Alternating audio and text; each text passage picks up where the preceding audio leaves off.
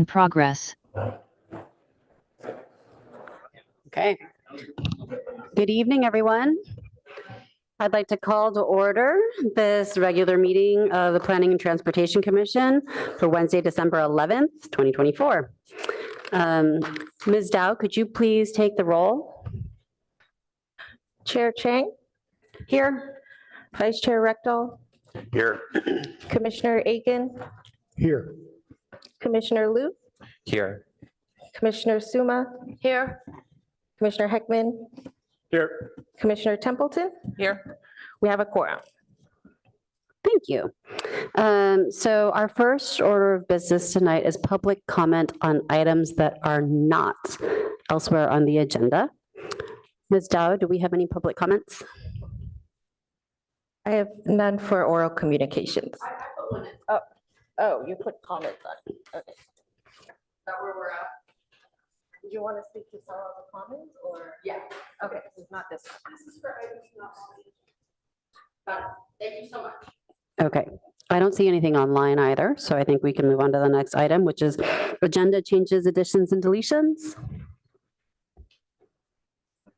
None this evening, thank you. Okay, great. And then now we're on to city official reports. And so, yeah, please go ahead, Ms. Armour. All right, give us a moment and we'll share the presentation. And then Philip, Director Philip Kamhai is on too.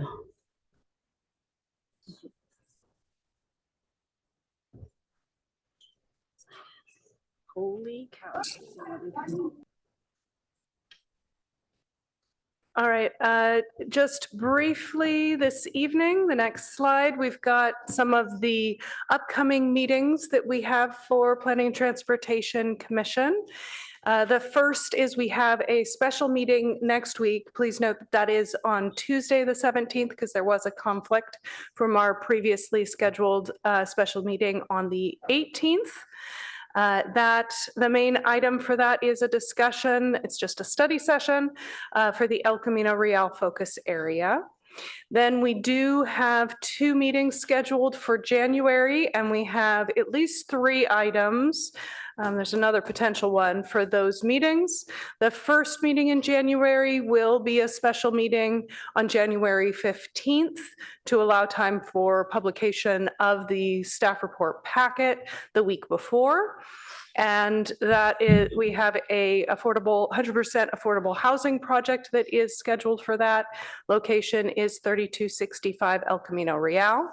And then the second meeting in January will be the regular meeting on January 29th. We have 2 different transportation related projects, the parking programs update and discussion, and a draft Safe Streets for All safety action plan. As you know, sometimes these things do move around, but that is what we've got listed for those meetings coming up. Thank you. Thank you. Do we have anything from Department of Transportation? Oh, sorry. Yes. Commissioner Templeton. Yes, I was just wondering if you could clarify what is the reason for moving the date, the conflict you mentioned? Thank you for that request. We did have a scheduling conflict. Another activity was scheduled for the Wednesday evening, and so we weren't going to have a quorum of planning commissioners for that evening because it was a special meeting. We wanted to ensure we had a date. And we did reach out to all planning commissioners to see if we could get a quorum for Tuesday, Wednesday, or But at the Thursday. previous meeting, didn't we all say that we would be here on the 18th? My understanding was that that was an available date, but sometimes conflicts do come up. So my understanding was that we didn't have a quorum for the 18th, so we shifted it to the 17th. The survey that was sent out did not have Wednesday as an option to check, just so you know. Okay. So I don't know how you got the information. You certainly didn't get it from me. Thank you. Oh, okay, thank you. Thank you. All right, Director Kamhai. Yeah, and I see Raphael's got his hand raised. I don't know if he had something he needed to. It's okay. Go ahead. I was gonna. Okay. You. Oh, okay. Okay, great. Yeah, Philip Kamhai, Chief Transportation Official. actually don't have any transportation updates unless Raphael comes on afterwards to share any. Other than I actually want to share with the PTC that I've stepped down as the chief transportation official. And so I just want to say that serving this remarkable community has been a real honor and a deeply fulfilling experience. And I want to express my heartfelt gratitude to the residents for entrusting me with the opportunity to help shape the city's transportation future. I also want to extend my thanks to the exceptional staff from the Office of Transportation, whose dedication, expertise, and hard work has been pivotal to every success that we've achieved. And I'm deeply appreciative to the support from the city leadership, whose guidance and collaboration has made so much of our progress possible. So, just want to note this is actually my last week with the city. Really been a pleasure working with the PTC, and I want to thank you. You're still with you got the capable hands of the Office of the staff of the Office of Transportation. Thank you. We're glad to see you, and we're sorry to see you go. Well, best of luck and happy Thank you. holidays. Yeah, happy holidays. Thank you all. Mr. Rios, did you have anything to add? I'm sure. Yeah, it's Rafael Rios, senior engineer with the Office of Transportation, and I also want to express my thanks to Philip for his service and being our leader for many years, and wish him the best of luck as well. With that, I don't have too many updates this time. The one update I do have is both the rail committee meeting and the bicycle advisory committee, bicycle and pedestrian advisory committee meetings for this month of December have been canceled. The payback cancellation is actually delaying us providing you the collision reports for this month. So we're going to try to get that to you before the 1st January meeting. And other than that, I don't have any other updates unless there's questions or I can take. I don't see any lights indicating questions from the other commissioners. Thank you so much, Mr. Rios. Okay. So that brings us to our first action item of the evening, which is a public hearing quasi judicial for 4075 El Camino Way, where the BTC needs to provide a recommendation on the applicant's request for an amendment to a planned community zone district, PC 5116, to allow for modifications to the existing facility, and the additions would include 16 additional assisted living units and 172 feet of additional support space. So the first order of business is we need to go down the line and see if there's any disclosures and recusals. So perhaps we can just start at the end with Commissioner Templeton. Nothing to disclose. Earlier this week, I met with residents, a number of residents on Wilkie Lane, and toured a number of their backyards to see the relationship between their properties and the proposed project. And they disclosed some of their concerns, I think all of which are have been contained in the oral communications that they have submitted. Yeah, because I'll be joining the council in January, the city attorney has recommended that I recuse myself. So when and if this comes to council, I don't have any conflicts. Thanks. So I'd like to disclose that earlier today, I visited the facility at 4075 El Camino Way and saw that there were 14 spaces underground and I think 3, I'll have to check my camera, above ground that were occupied by building materials and furniture. And also I was given access this time when I called and said I need parking assistance, and they offered me the Avant, which was full actually, and then the Commons, and so I was able to go and park park there. I also, at 4 o'clock today, every single legal spot on that block of El Camino Way was occupied. And as I pulled up to the Commons, an employee with the Commons badge was entering their car parked on El Camino Way. So that was just my visit today. And then I also wanted to disclose that I called to just ask about the rents for the Commons. So go ahead. I'd like to disclose that I attended a city council campaign event at Wilkie Way on October 20th. And at that time, I spoke to many of the neighbors and toured several of the backyards.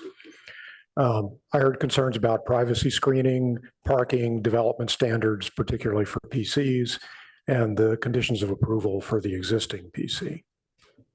That's it. Thank you. And I have to disclose that I was at that same meeting and I had an opportunity to speak to many of the residents and tour their backyards and see the situation. And many of the same things were discussed that Commissioner Aiken just mentioned.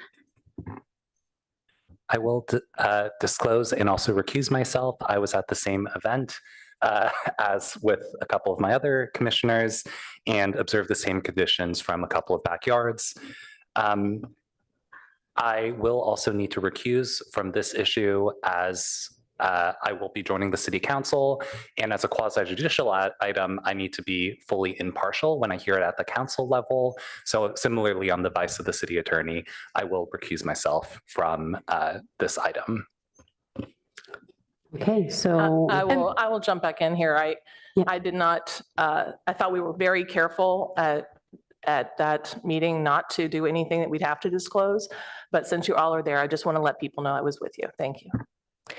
And through the chair, the two recusals will need to leave the dais prior to the next steps. of the yes, meeting. that's what I was going to invite them to exit, and then we'll let you know when you can rejoin. Chair Chang, I just realized I had one more minor, well, I don't want to characterize it, one more disclosure. Yes. There's a letter written by a law firm that is part of our packet, and its author is someone I've known for years and years. I've worked across the table from him and know him.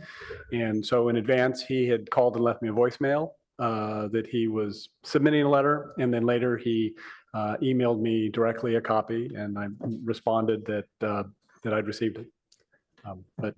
So that communication occurred. I also did just drive by and pull into the Commons down to where that gate is on the Commons side to eyeball the situation in the parking. I did that after my meeting with the Wilkie folks. Thank you. Okay, let's give them a second to recuse and exit. So just as a matter, our next thing is going to be the staff presentation, but I just wanted to, because our chambers are so full today, just to remind everybody that we are asking that if you would like to make public comment, that you must submit your speaker card or raise your hand online by 5 minutes after the staff presentation is completed, because we're going to have to cut off the list of folks who are going to speak at that point. So if you do have a public comment or think you'll have a public comment, make sure get it in early.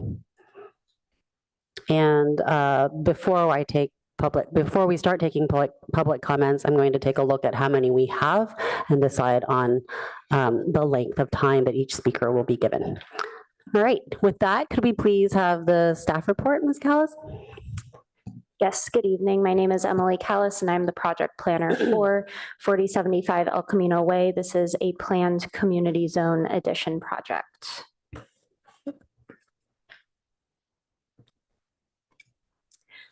The overview is this is an amendment of an existing PC zone to allow for construction of 16 additional assisted living units and 172 square feet of support space to an existing 121 unit assisted living and memory care facility and site improvements, including an exterior color change for the building and additional landscaping. There were prior PC approvals, 5116, which is for the Avant building, and 3775, which is for Palo Alto Commons, and I'll explain that a little bit more when we are looking at the site plan. Additionally, assisted living use is not a housing development project, so this proposed project tonight is not a housing development project as defined by the state of California.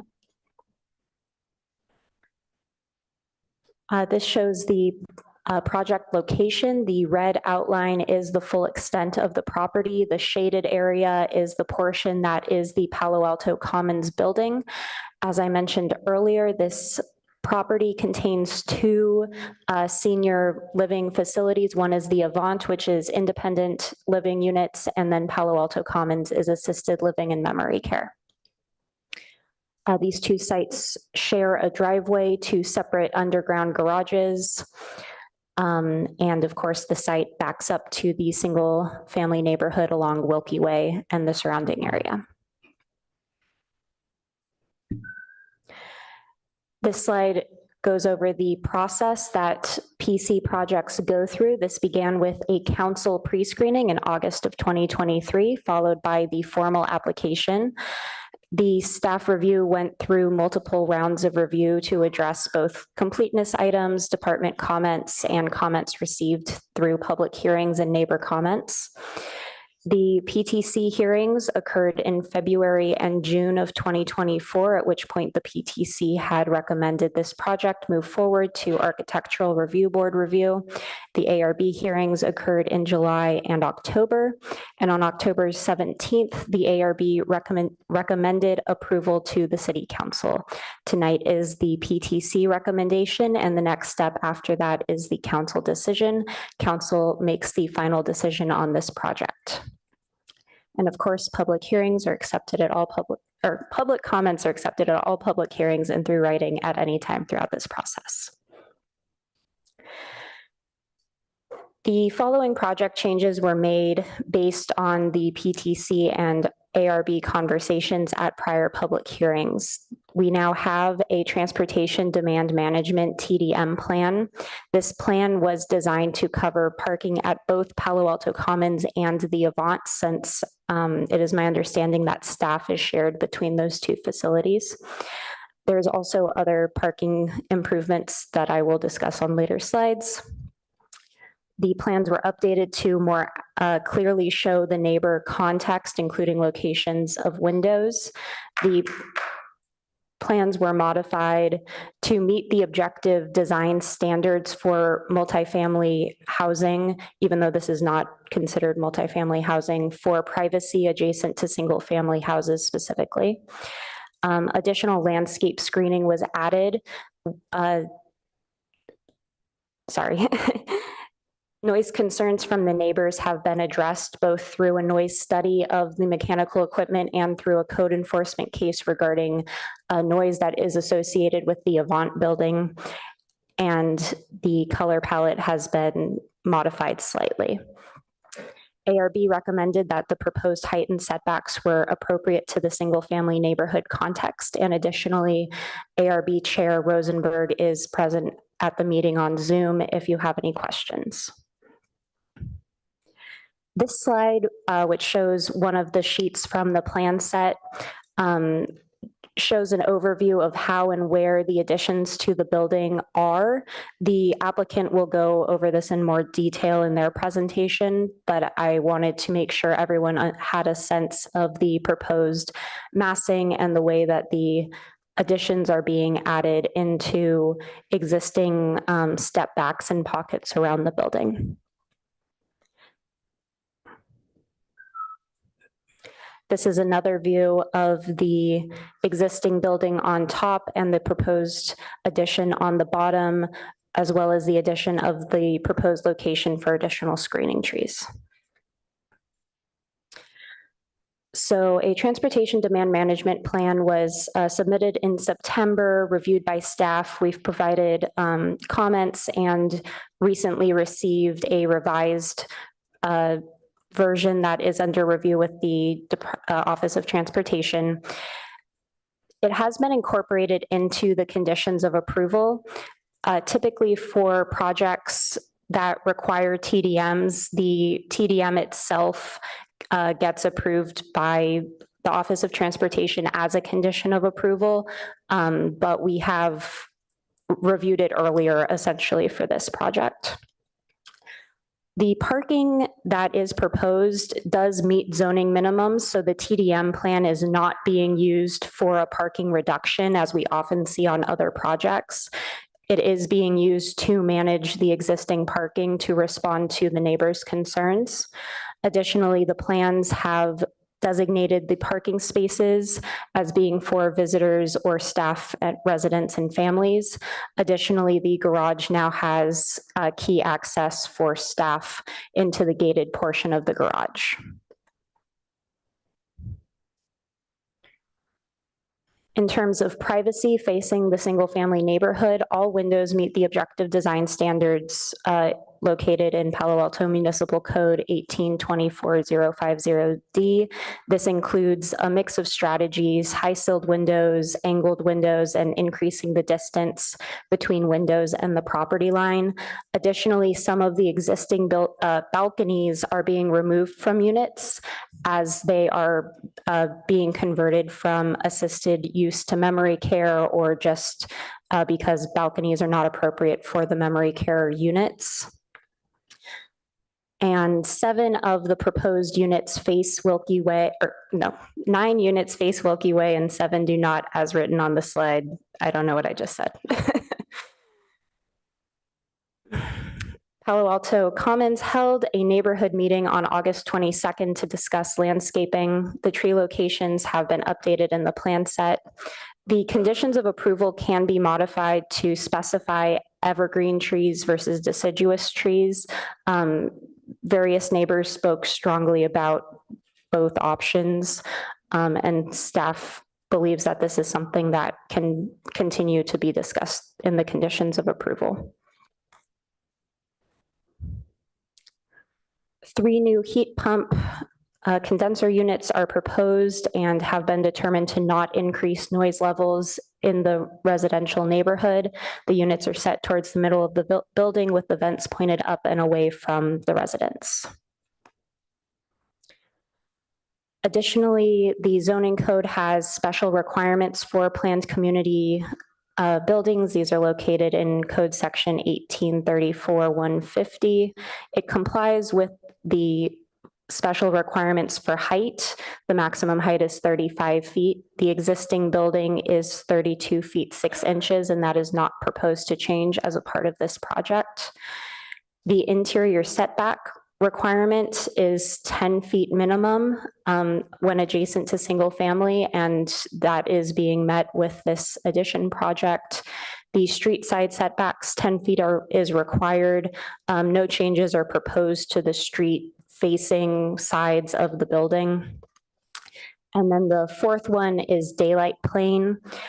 For commercial uses for new PC projects, a daylight plane beginning at a height of 10 feet with a slope of 3.6 would be required. However, for housing projects, the daylight plane may be the same as the adjacent residential zone, which in this case is R1. At the time of the initial PC 3775, which built Palo Alto Commons, the daylight plane that was used for that project is the R1 side daylight plane, which is 10 feet and a 45-degree angle, and the proposed additions fit within that daylight plane. We've received a number of neighbor comments. Specifically, 16 neighbors signed a petition sent to the PTC, ARB, and city staff in October. The concerns listed were privacy towards the single-family neighborhood, reduced natural sunlight, staff and visitor parking in the neighborhood, a desire for the addition to not request any exemptions from the zoning code, a concern that WellQuest, the operators of Palo Alto Commons, is a for-profit company, and the potential for the additions to lower property value and quality of life in the neighborhood. Additionally, we received over 30 additional emails. This included letters in support, reiterating the neighborhood petition concerns, as well as questions about the CEQA, California Environmental Quality Act determination.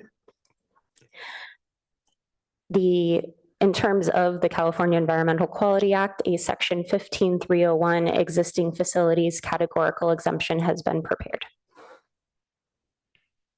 The recommended motion is that staff recommends approval to the City Council based on draft conditions of approval and draft findings.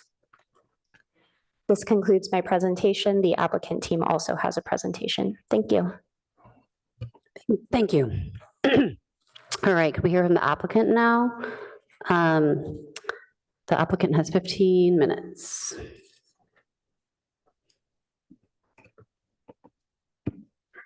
Hello, my name is Daniel Bowman. I'm the architect on the project, working with WellQuest, as staff is pulling up the slides.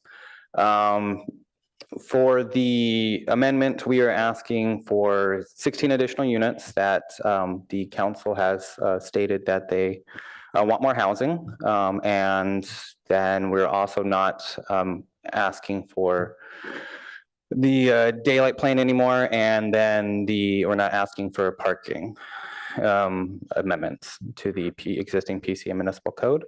As you can see on the screen, this is the phase one courtyard. We put in the proposed colors to see how it looks, and we worked with the ARB to adjust some of the colors, specifically the blue. We toned it down a bit so it's not as bright for the neighbors. Next slide. Yeah, as I was saying, the amendments that we were asking for is an increase of units and floor areas, as well as a 2-foot encroachment on the Goodwill side, not on the Wilkie Way resident side, and then change in the exterior colors. Next slide. As far as parking goes, we are per municipal code. The required amount is 90 parking spaces, and we are providing 102, with the 88 spots counted as 2 spots per municipal code. And then in that diagram, the visitor parking is the orange spots. So there are, I believe, is it 14 or 17? I can't remember exactly. I can't see from here.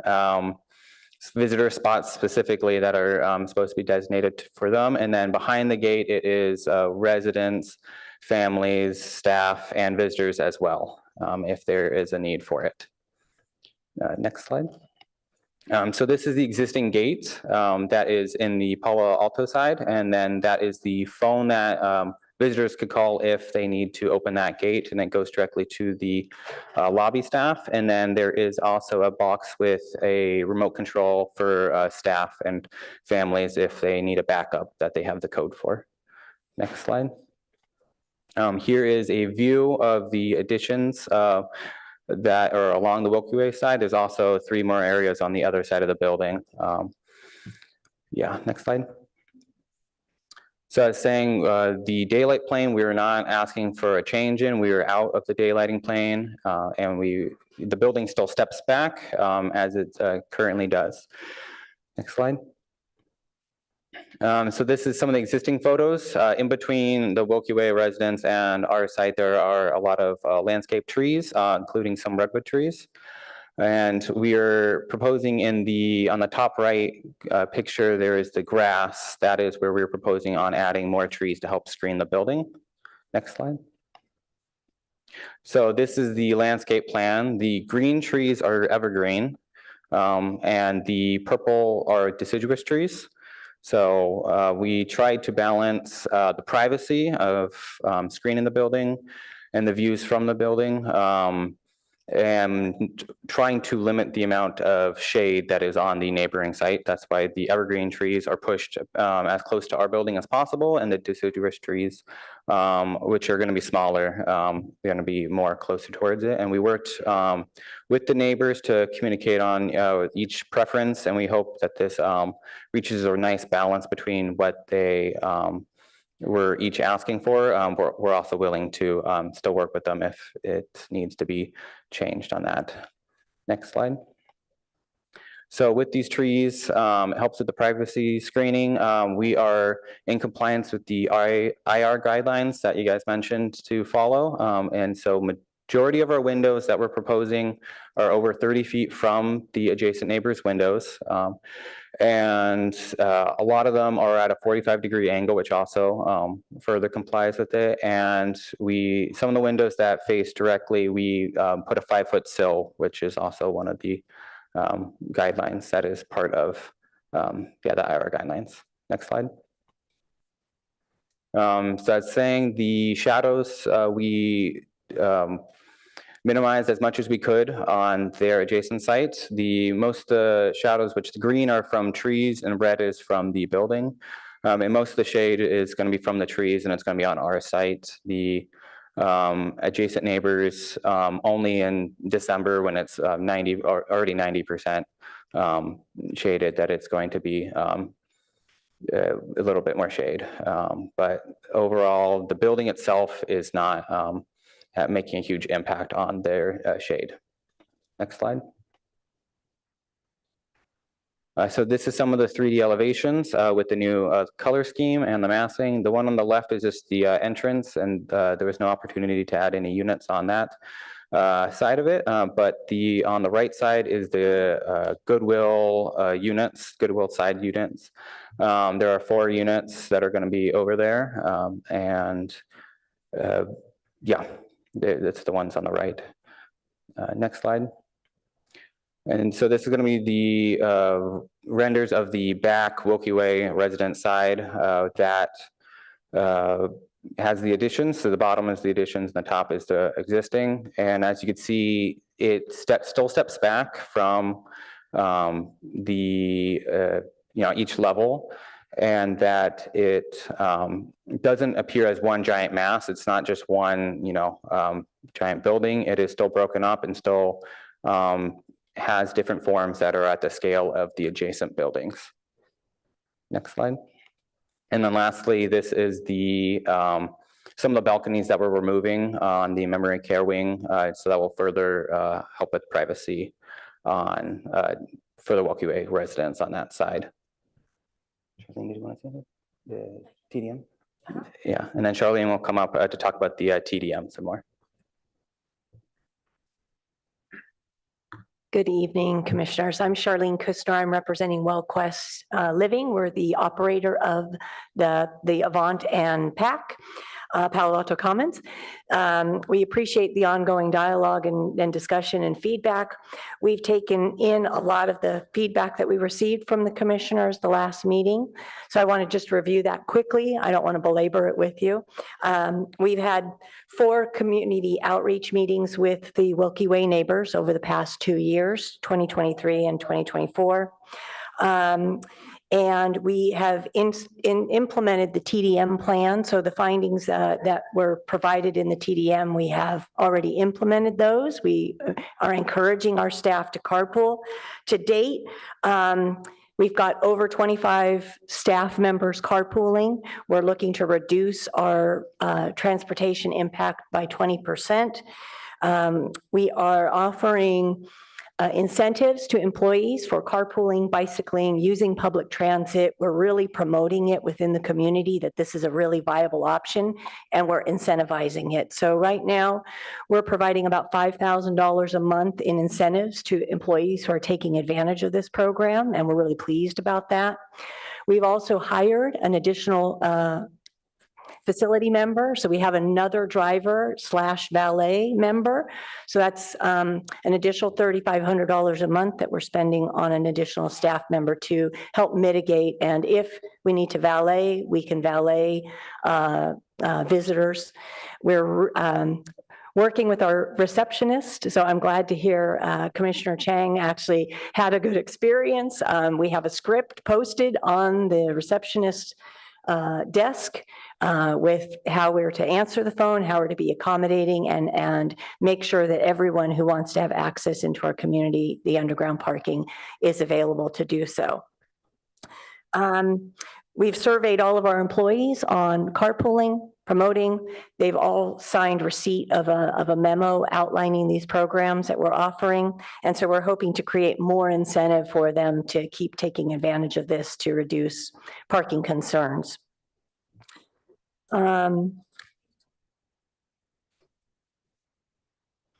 We're working with the Wilkie Way neighbors on the landscape. We'll continue to do that. We've had various emails back and forth, and we want to stay open to those communications and add as necessary. So I'm here. The landscape architect is on the Zoom line. We have the owner here as well, and our operations team is here for any questions that you may have. Thank you.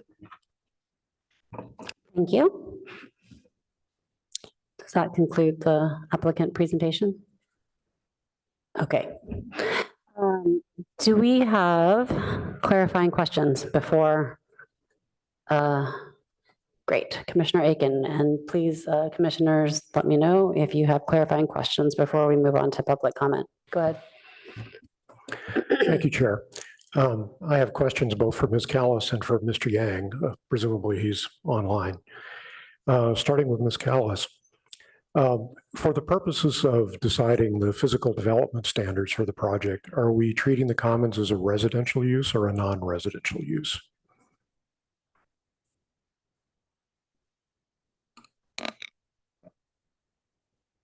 As far as any state laws that relate to housing and our RENA allocation, it does not count as housing. No, this is strictly Palo Alto.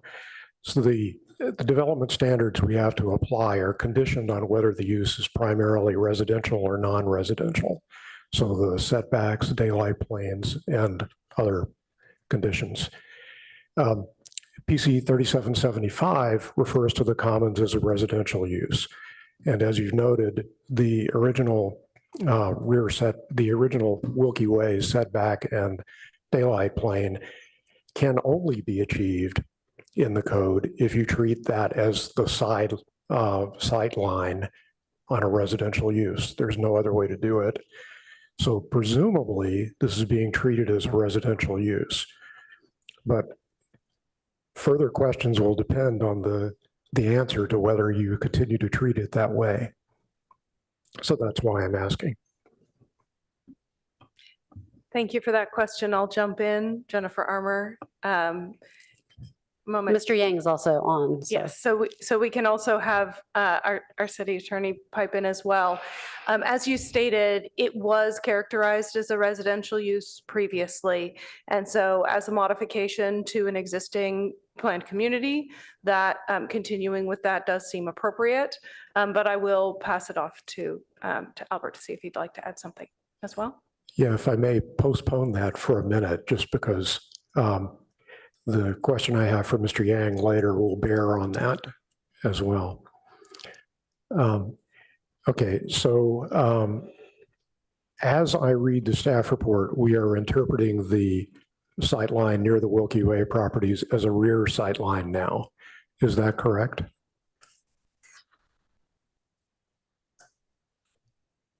I see a reference on packet page 40, which I'm using to determine that.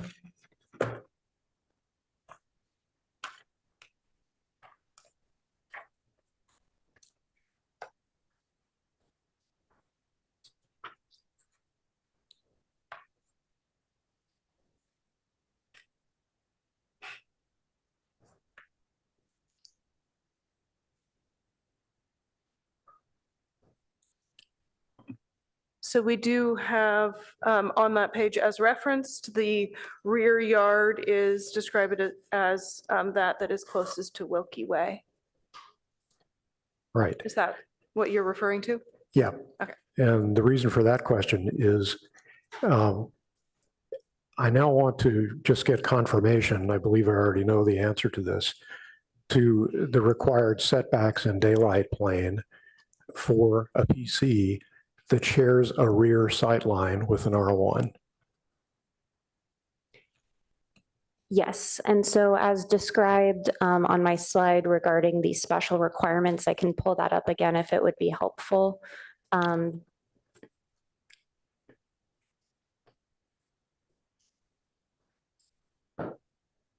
Yeah, to explain where this is going, Mr. Yang will have to help me out with determining whether we the PTC, are allowed to make the recommendation that you're asking us to make. So that's why it's important to understand what the requirements actually are. The requirement for a PC adjacent to single family is 10 feet under the special requirements, regardless of if that is an interior side or interior rear yard.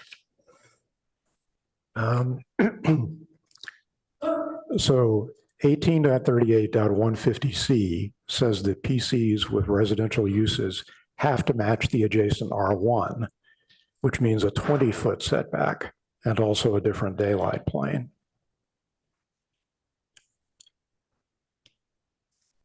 The existing building was built at the 10-foot setback.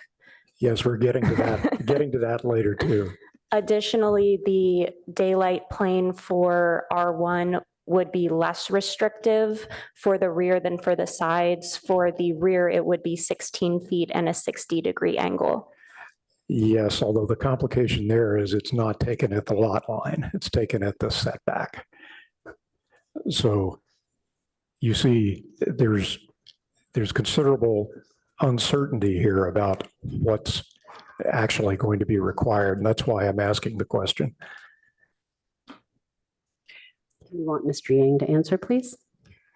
Yeah, and Mr. Yang, I'm referring to 18.12.040. Yeah, so I guess I would step back a moment and just frame all of the special requirements in 1838-150 more as norms and guidelines than requirements, because PCs are all zoning ordinances. They're sort of equal standing to the ordinance that enacted those requirements. And so while those requirements are there, there is nothing stopping the city council from approving PCs that don't comply with those requirements, and they've done so numerous times in the past. Yeah, actually, you're jumping ahead to an issue that I wanted to get to, but if it's necessary to address that now, we can. So the rules for the Planning and Transportation Commission's evaluation of PCs, the actions we can take are given in 18.38.110. Those rules give us the authority to do things like modify setbacks and daylight planes, to modify any regulation that's in 18.54 to 18.99 inclusive. It does not give us the authority to modify things that are elsewhere in the code. For example, 18.38, which sets the special setbacks we're talking about, or 18.12, which determines what's needed for R1s.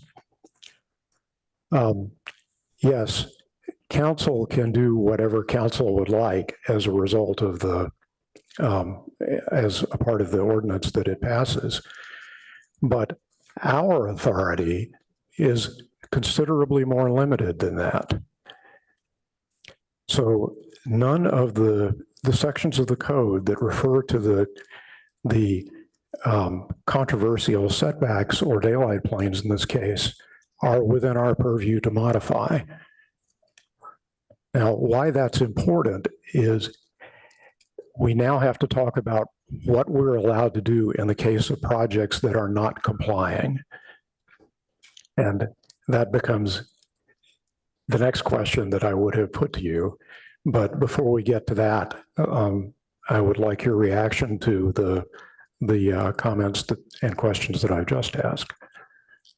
Yeah, so I am going to need just a moment to do a little bit of historical research. I suspect that those that reference to 1854 to 1899 might be outdated. And I did check on that, and amusingly enough, some of that seems to be the result of ordinances that were passed in order to offload council and to put more responsibility onto PTC. But you may be able to find more information than I did.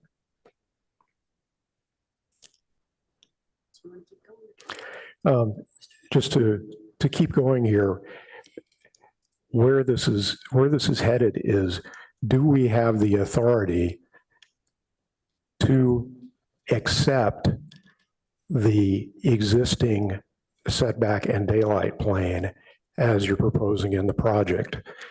And the only way out that I was able to find in the code has to do with the rules for evaluating projects for non-complying facilities. So you could say, well, those are fair game. Those rules are fair game. They're in the range, 1854 to 1899. Perhaps we could perhaps we could recommend by nullifying the regulation that prohibits increases in non-compliance during enlargement, because the project does increase non-compliance during enlargement by adding additional penetration in the setback, which needs to be 20 feet, as we established earlier. However, I believe that can't be done, and again, this is another question for Mr. Yang, because of the definition of a non-complying facility, which is in 18.04. The definition requires that the facility be legal at the time it was constructed. And we've established that at the time it was constructed, the wrong sight line was used to determine the setback and daylight plane. So I guess just on that final point, I would say that this property absolutely was legal at the time it was constructed, because it was constructed pursuant to a PC that was approved and adopted by the city council. And that PC included a development plan. And it's the development plan that sets the development standards for a PC. So there are no separate development standards other than the development plan. And as to the broader question, I don't think I'll be able to, in this time, reach a sort of definitive researched answer, but I would just note that the PTC's authority is to recommend an action on a PC to the city council, and it wouldn't be very much use for the PTC's authority in that recommendation to be narrower than the authority that the city council would later have. So I wouldn't read that reference to chapters 1854 to 1899 as limiting the standards that the PTC could recommend be modified. Yeah, an interesting possibility here. We often discuss the question of what are the limits on PCs? And given that if there are no limits on PCs, there's an awful lot of the code that has no reason to exist, including the special conditions in 18.38.150. So this, again, would require some historical research, but I suspect this is the limit on PCs, that you have to restrict the changes to what's permitted, that the PTC has to restrict its changes to what's limited by 1854 to 1899. Now, this is beyond my ability to judge, but after going through this really deep dive on all of this, I have substantial questions about whether we really have the authority to do what we're being asked to do. And that essential question is one that I really believe needs to be answered, is what are we authorized to do? And in particular, cite a code section if you can. All right, that's it. Thank you. As if that isn't enough. Thank you, Commissioner Aiken. So we've got Commissioner Hickman and then Commissioner Templeton. So I do have a few questions, but I think I need to piggyback a little bit on what Commissioner Akins has just described. And I do understand the issue you're raising, and I think it's foundational to our deliberation tonight, not to receiving public comment, but to our deliberation. I have not looked at the code sections together the way that you did to see what I thought, but it actually doesn't matter because our city attorney's office really has to give us this guidance. And I appreciate that presenting this issue from the dais really doesn't allow the city attorney's office to do that in an informed way here tonight. And so I don't think we can have a deliberation that says, well, if it's legal for us to be doing all of this, then here's what we think. If it's not, then here's what we think. And so the question has been posed, and I think it's a legitimate one, but I think it is going to require us to continue this matter until the city attorney's office can analyze it fully and provide a memo. There may be an unintended gap in our regulations that you are the first to identify. And if so, we need to know it, and we need to know the limits on our authority. So, having said that, I do think we can make substantial progress tonight. And I don't know if any of my fellow commissioners are going to, agree that we can't deliberate when we don't know what we can and can't recommend. But I'm going to go forward as to see how far we can get tonight. And obviously, we've got a lot of people here in the audience, and I don't want to create a scenario where they have to come back just to speak. So I'm wanting them to have their opportunity to give us their input tonight. So questions. Let's see, trees. So eight new trees will be planted. And I guess the issue is whether they are going to be evergreen, deciduous, or some combination. The staff report at one point says that they're going to be deciduous because that's what the neighbors wanted. We saw a diagram recently from the applicant's architect showing, I think, 6 evergreen, 2 deciduous. And that may have been prepared after the staff report. That could have been somewhat newer. But I guess my first question is, does the city, from the city's perspective, either of those varieties would be allowable? Is that right? If I may interrupt just for a moment and suggest, since we've not had a chance to hear from the public, keeping questions this time focused on clarifying questions, that there will be an opportunity to ask questions of the applicant and of staff after. If you wish to get this answer at this time, we can. I just wanted to check in on that to make sure that we're being focused with this time. Thank you. Yeah, again, and I was trying to focus just on what our rules require. In this situation, do our rules require that these trees be either deciduous or evergreen? Or neither? They do not. Our screening requirements are based on height and frequency of planting, like density essentially.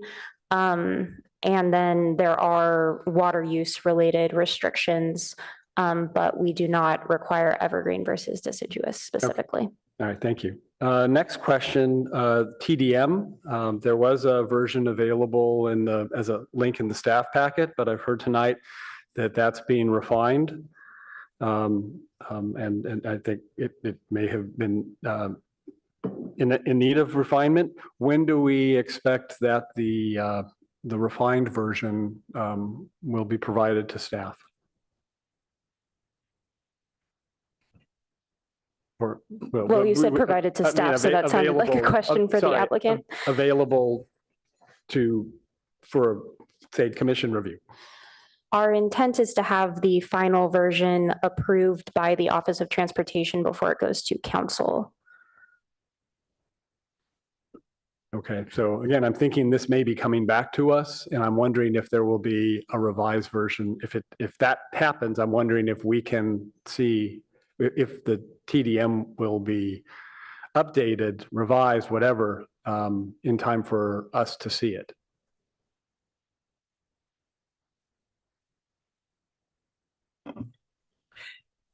And that could be a question for the applicant to see when they expect to provide that, Okay. and then consider it as part of your deliberations.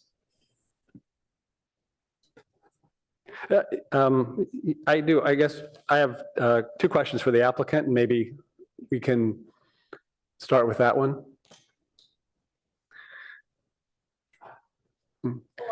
So, yeah, that's right. So if you know, I apologize. I'm a little confused about this conversation because as far as I am aware, we're working with our consultant, Elizabeth, and we responded to staff 3 weeks ago with responses to their comments. So I thought we were complete as far as this meeting with the TDM at this time. Okay. Because we did respond to all the staff plan check comments. Okay, so I think I'll leave that for now. Again, I'm just looking at technical questions, and I think this is a technical question. I think there was maybe some typos at the end, like that she had included some language at the very end of the document regarding local retail restaurants that were available for easy access for our staff, and it didn't match the map. And I do know we have to change that, but I find that a minor revision, but okay, that as far as I know. Okay, and then my other question for the applicant is, a visitor pulls up to the gate, having found that there are none of the parking spaces outside the gate available, and they pick up the phone that's right there and call to see if they can park inside the gate. Correct. Right? How is it that the person who answers the phone knows whether or not there are any spaces available inside the gate? Are there cameras? I mean, what's the mechanism? We have hired this additional staff person. So we're asking we open the gate and we're having our valet go downstairs and support the visitor. If there's no parking, then the valet will park it for them. And we have a lockbox, like a traditional valet system. Okay. All right, thank you for that clarification. And those are my clarifying questions. Commissioner Templeton? Thanks. I think all I wanted to say is I wanted to ask Albert again. I thought he said that our authority is to make recommendations. Is that correct? Yes, that's right. Okay. And I have been able to do a little bit more research into just the history of our code. And there was a sort of significant rearrangement in 2007 after this provision was last edited. And so my suspicion, because we don't have like an older version of our zoning code to see how it existed at that time.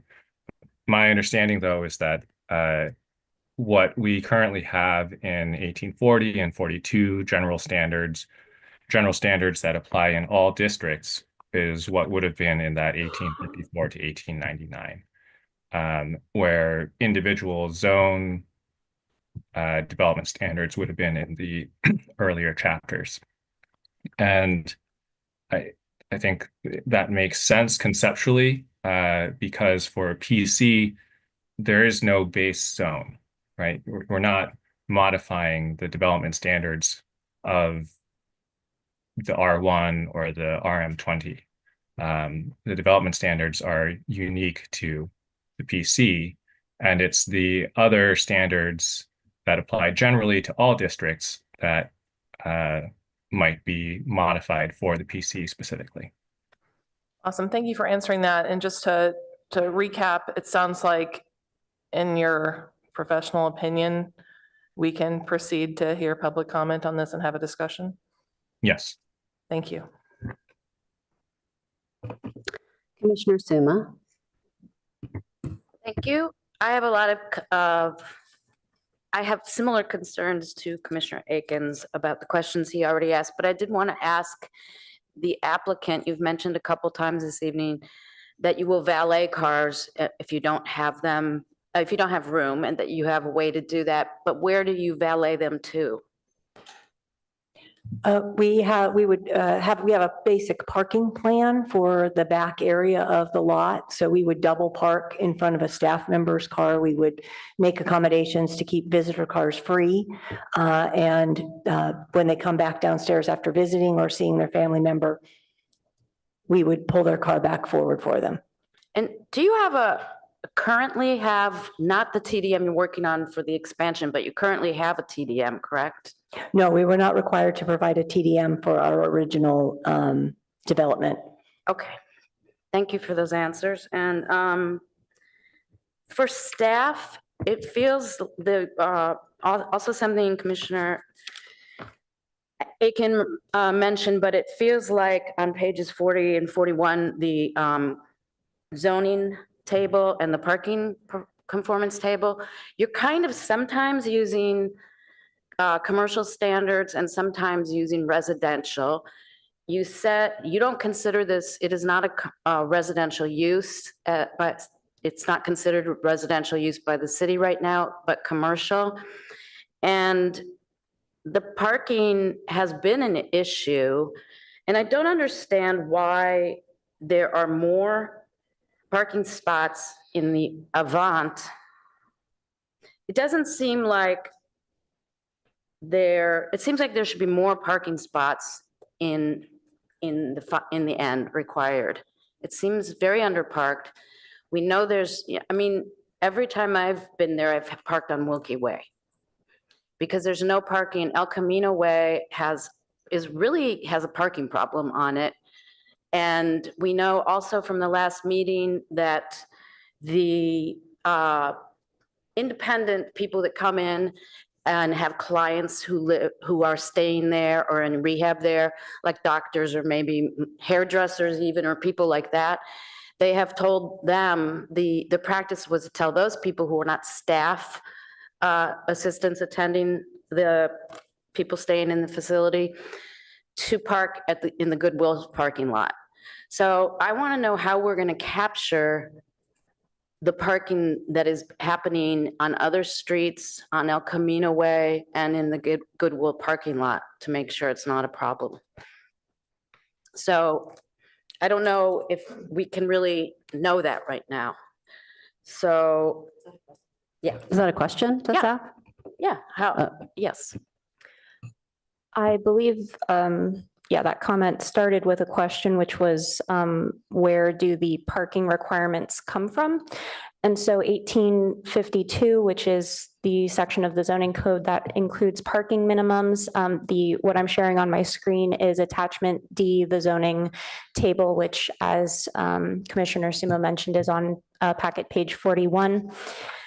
Senior housing, which is the assisted living at the Avant, has a parking requirement of 0.75 spaces per unit. So essentially the assumption is that approximately 3/4 of those residents have one vehicle. For the assisted living and memory care in Palo Alto Commons, the zoning code requirement is 1 per 2.5 beds. Figuring out what 1 over 2.5 is as a fraction is a little bit harder than 0.75, but it's less than half. 2 out of 5. Yeah. And so those are the requirements, and what is existing does meet or exceed those minimum requirements.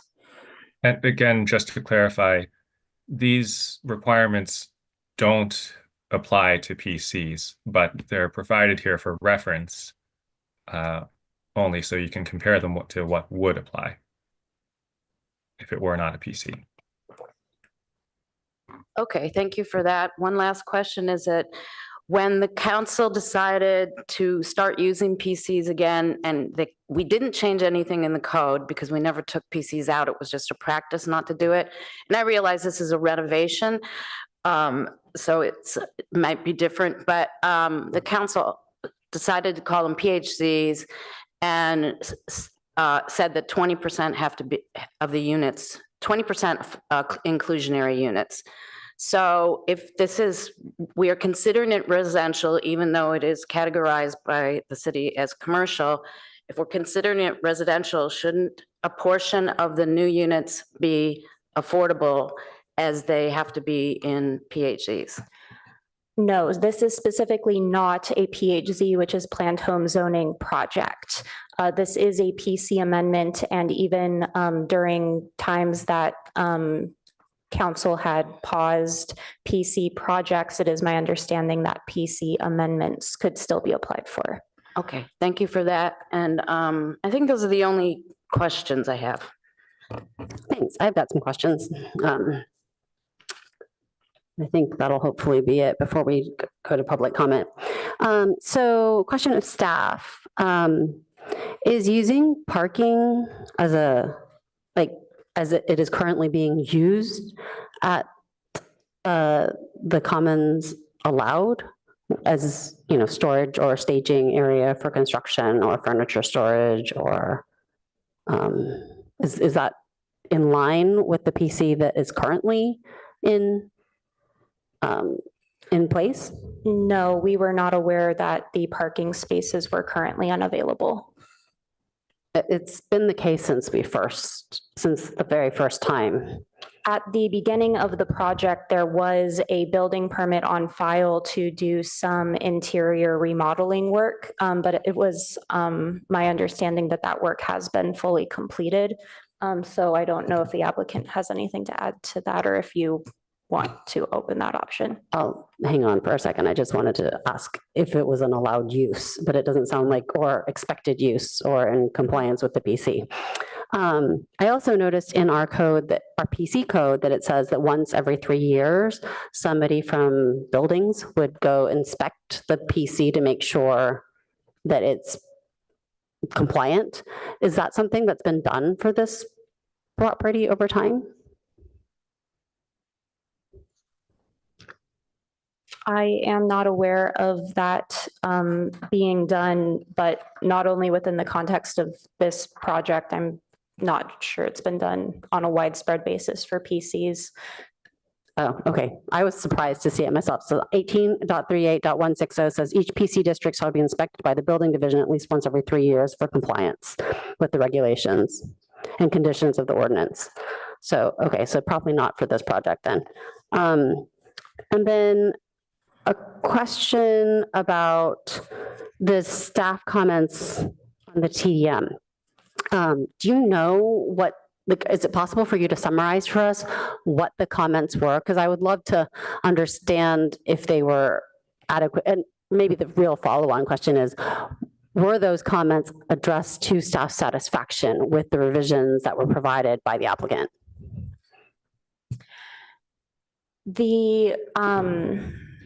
The management techniques proposed in the plan, such as how information about public transit is going to be disseminated and how surveys, et cetera, are going to be used to manage trip demand, does meet the Office of Transportation's requirements, but there are a couple of questions about how the trip generation rates have been determined. So we know that the plan includes a lot of good options to achieve that 20% reduction, but the exact number of trips that 20% would be equivalent to. In other words, what's the baseline? Yes. Okay. And is for the TDM, are we expecting the TDM to include the baseline trips for everybody who uses the facility, visitors, residents, staff, and as well as non-staff caregivers? Is that the expectation of a TDM? The TDM is based on the ITE, International Transportation Engineers. I'm guessing what that stands for. But the international standards for trip generation based on land use. And so there are assumptions that are made as a part of that with regards to how it includes staff, resident, and visitor trips. But that is the baseline that is being used for this and all projects. Okay, so in other words, for assisted living, there's some sort of standard number that's used, probably based on the size of the development. And then a 20% reduction is meant to be applied based on that theoretical number, regardless of what the actual usage is, right? Because presumably some assisted living might generate a lot more traffic and others might generate less. So it's a theoretical baseline. Is that what you're saying? Yes. So the numbers from the trip generation manual are based on studies of each different type of use, of how many trips they use, and that does get updated on a regular basis. For this particular case, in terms of a 20% reduction, I'm not sure what the TDM specified. We are looking into the fact that the TDM or that the ITE does provide options to base the baseline on the number of employees versus the number of beds. And so we are still looking at which one is more appropriate in this scenario. Okay. And then I've got two questions or a couple questions for the applicant. So my first question's for Mr. Dan. I'm sorry, Dan, I missed your last name. Bowman? Bowman, thank you. I'm so sorry about that. So it's for Mr. Bowman. I was wondering if you could just show us the plans and show us which units would be assisted versus assisted living versus memory care? Yeah, so the memory care is only going to be on the first 2 floors. It can't be on the 3rd floor, and it's going to be the Maybe we could pull, Ms. wing. Callis, could you help him out by pulling up something so that he I know, like, you can't really see. isn't holding up?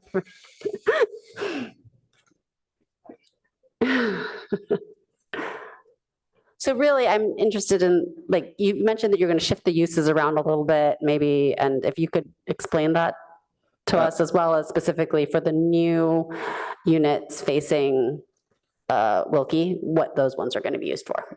So for the ones facing Wilkie Way, I believe there's 2 that are going to be memory care units, and then the rest of those ones are going to be the AL units. There's not going to be a shift in the memory care, the existing. I believe the balconies is the one that you guys are thinking of. We can't have memory care residents on balconies, so we're just removing those balconies. So they're not currently being used for? Yeah, they're right now they're just walled off, but now we're going to get rid of the balconies and put in a window. Okay, so presumably it's the units on the far end and that's sort of that memory care end of the building then? Yeah, the smaller wing, yeah. Okay, thank you. My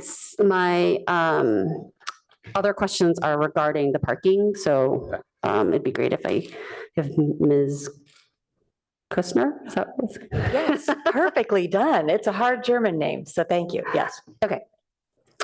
So where are staff instructed to park right now? So staff are, depending on the shift, so the overnight shift, we want them in the rear of the parking garage. And usually that's not, it's the knock shift, so it's not an issue.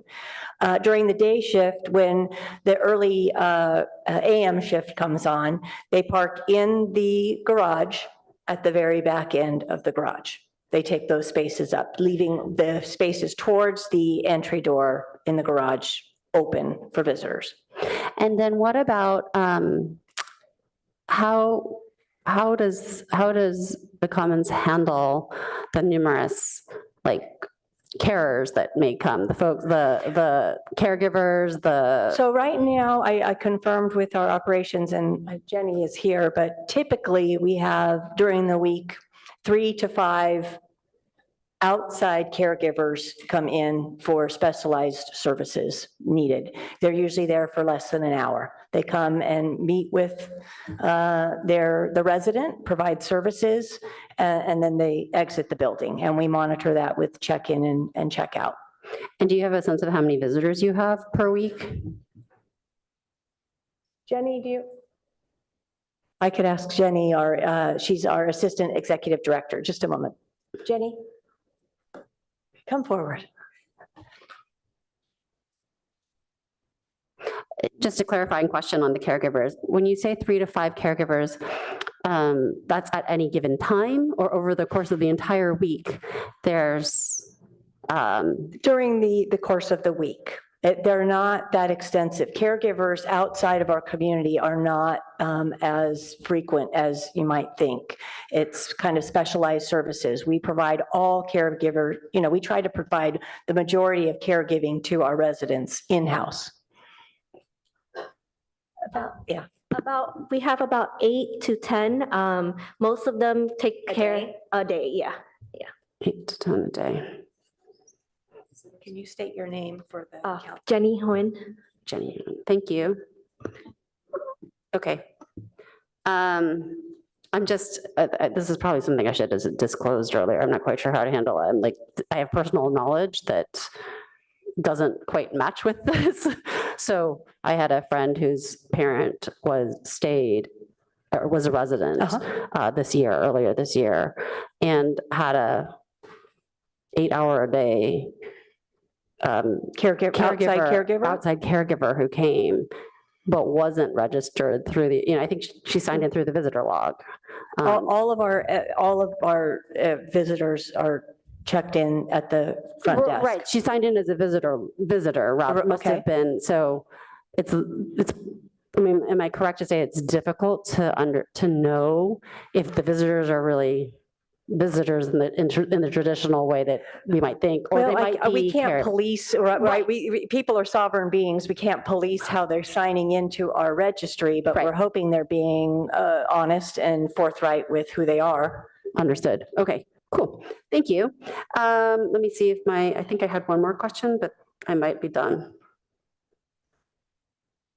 Okay, I think that's it. Thank you. Thank you. Okay, so at this time, we would move on to public comment. I would like to know how many comment cards we have, Ms. Dow, and I'll take a look online also to see what we've got. Usually, I have 26 cards and 4 raised hands on Zoom. Okay, so given the number of, and are any of those groups of 5? Oh, and one group of 5. One group of 5. Okay. So given the large number of commenters, I'm going to reduce our time per speaker to 2.5 minutes. And what I would ask is that if you are commenting on something that somebody else has said as well, to please be economical with your words and indicate that you are also in agreement rather than fully stating everything that you might say. So, Ms. Dow, I have 4 online, is that right? Correct, yes. Okay, great. And so if we can take note, because we're not going to add additional folks at this point either. So you've got a stable list now, correct? Yes. Thank you. Okay, let's go ahead with the public comments. Okay. First on Zoom from Jayashri.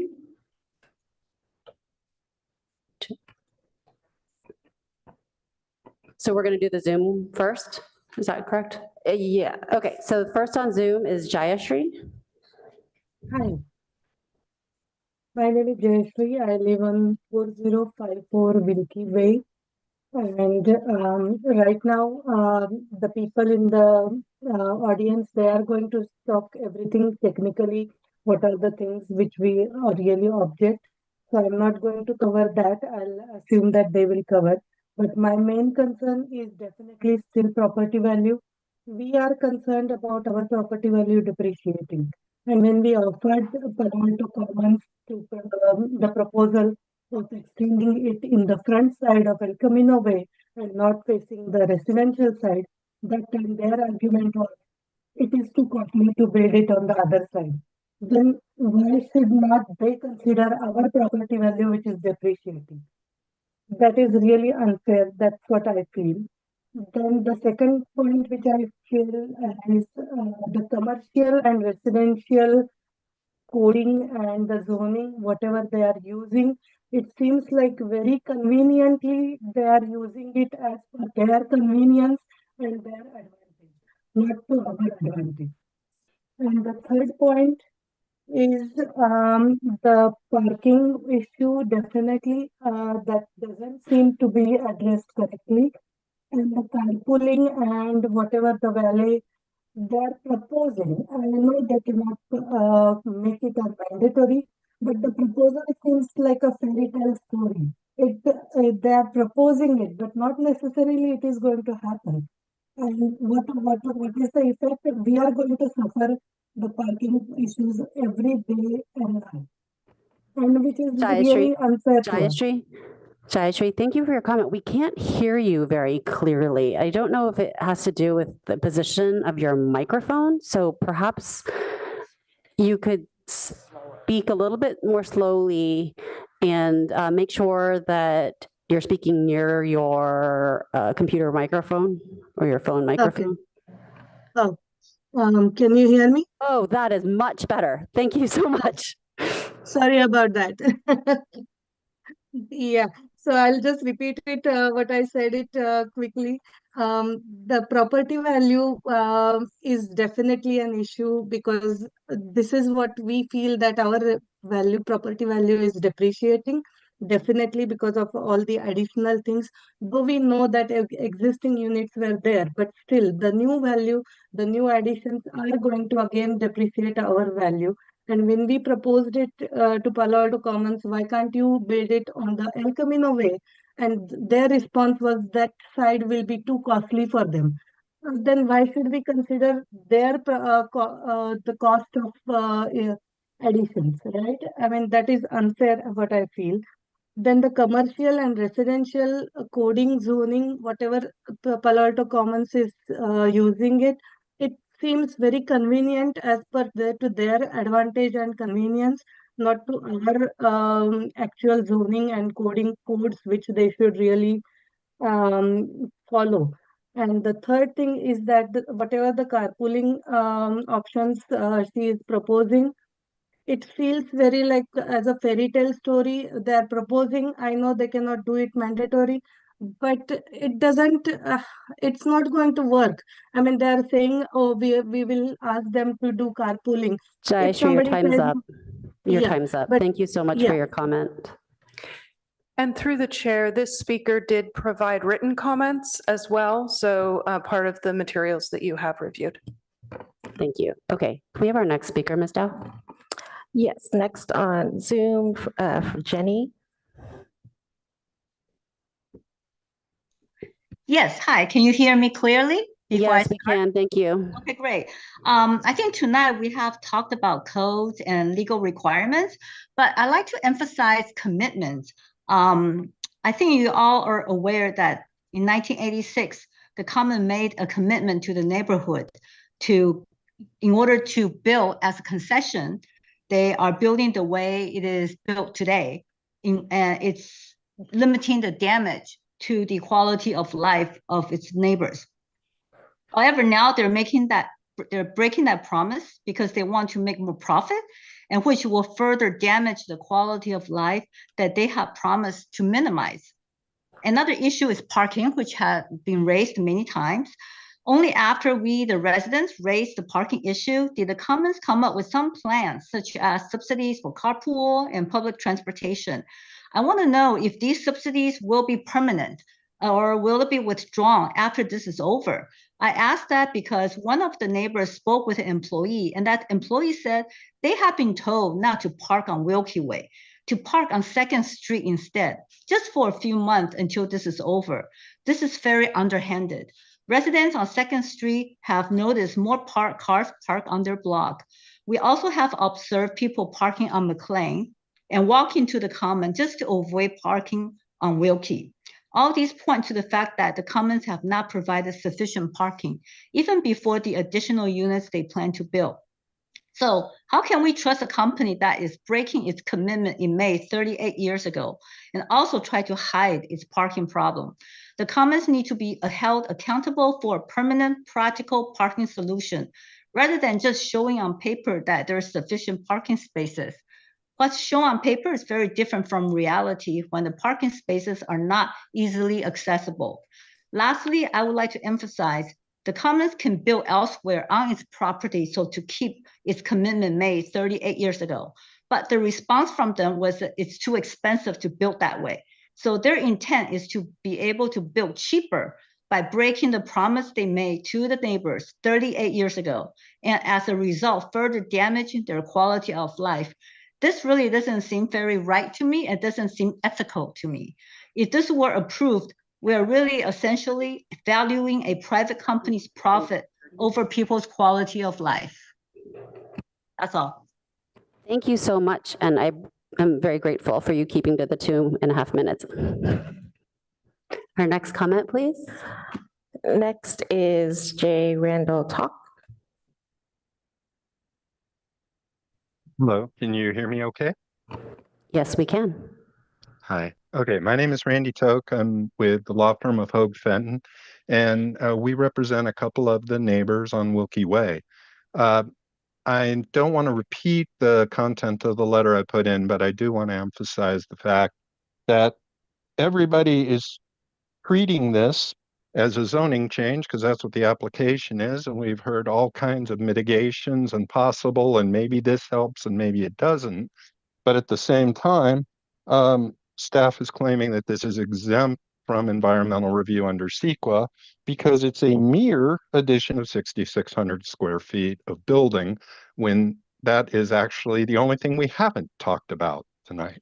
So I really want to emphasize that environmental review is absolutely essential in order for everybody to have a fair hearing, a reasonable study of what is going on. And then if there's a zoning change with that, the appropriate mitigations can be built in after getting public opinion and public input. Also, there are a couple of things that are interesting. Number one is the fact that the 5116, the 2011 statute, had a specified parking ratio of 0.9 per unit, which, if according to my math, would be 109 currently and would be 122. However, that provision was eliminated in the amendment, but I haven't heard much talk about that. And also, the 5116 required compliance with Chapter 18.38, which is where a lot of the concerns are being raised, and that is conveniently eliminated from the proposed resolution as well. So in every event, I am just encouraging this to be sent back to staff for appropriate environmental review and appropriate public input as to the environmental impacts. Thank you. Thank you, Mr. Toke. Next is Natasha. Hi, everyone. I'm Natasha. I'm not full for Natasha, we can't hear you. We're having that same issue. So if you could please make sure. okay. Sorry. Much better. That is much. Yes, that is a huge improvement. Thank you. Can you hear me now? Yes. Okay. So, like I said before, the parking proposal is not sustainable, and I think there's a lot of discrepancy on the number of private caregivers. I have firsthand experience with the number of private caregivers who park right in front of my house, and I don't have a parking garage, so I rely on my front side of my house to park.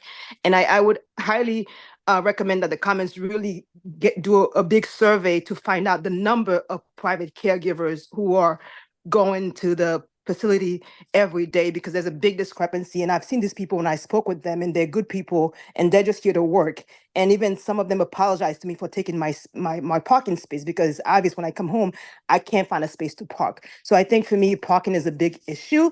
And I don't believe that this whole valet parking is sustainable. So I think we need a better solution with the parking. Thank you. Thank you, Natasha. Next speaker. Yes, it's to our in-person speakers. First is Lisa.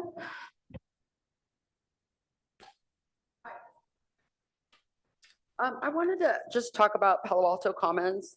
I had some questions from, I believe it was, is it Charlene that had presented earlier about, I wanted to clarify, I think it was September that Palo Alto put up signs that there would be surveillance in the garages. Is that being reviewed? Unfortunately, our format for public comment isn't a Q&A, so Oh, we're I'm kind sorry. of one way. Okay, Yep. this is my first time. But you can definitely raise the questions. Okay, yes, I wanted to ask that, and the reason why is because the fire, there's fire hazards in this very building. All 3 floors, the garage and the 2 floors up into this building have expired elevator permits. Actually, they look fraudulent, but I don't have my glasses and I can't see. So I feel kind of amiss having somebody come up and talk about, you know, other parking garages if the ones that we're sitting on right now aren't being monitored.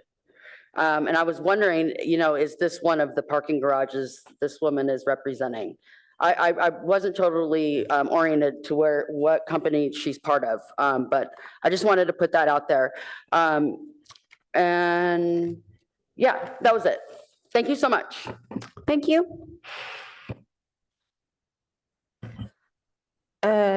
Next is Michael Quinn. Is Michael here? Oh, thank you, Michael.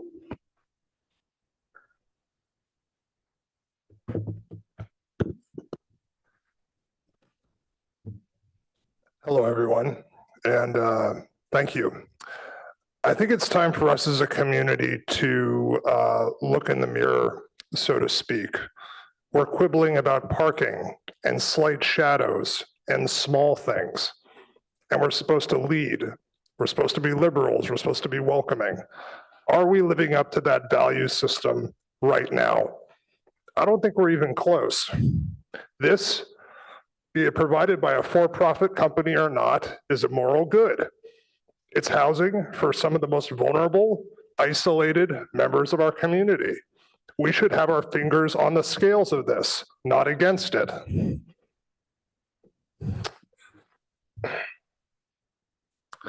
The entitlement is incredible. Parking, you don't own the street. I'm a New Yorker. I'm a homeowner in that city. I don't own the street. Mayor Bloomberg does not own the street in front of his lovely brownstone. None of us do.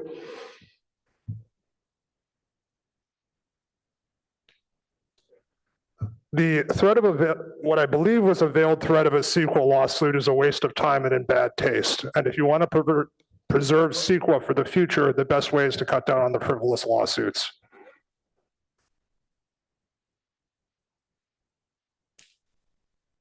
I just want to observe something really quickly. I mean, I'm a liberal, and we just lost an election that we should not have lost.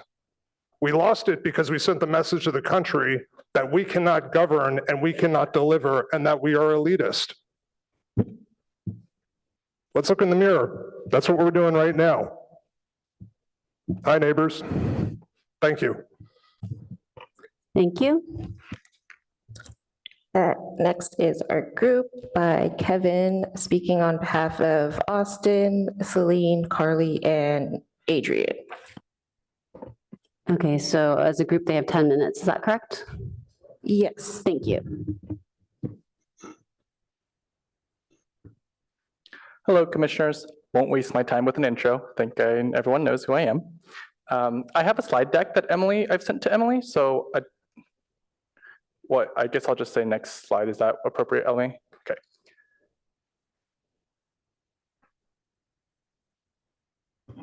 Give us a moment, we'll get there. Yeah. Just get to the correct tab for you. As long as you don't count my time starting from now, right? I'll also try to keep it brief. I know there's a lot of other speakers today. Okay, I can just skip to the next slide. I want to provide some historical context for you all. This zone here, this piece of land, was originally zoned to protect neighbors, and this is based from a council meeting from September 21st, 1987. In 1978, this piece of land was downzoned to protect the neighbors over intrusion, and it was used to create a transition between the residential and commercial neighborhoods in Palo Alto. Next slide, please. At the time, the developer was to respect the neighbor's wishes. This is from a neighborhood meeting from June 23rd, 1986. The neighbor, so this is the developer is the developer. The neighbors have his assurances that project will not exceed current zoning standards in terms of height and comparable density and mass. Understands that RM2 was designed as a buffer between commercial and single-family residential, and will try to respect that under our project for PC application.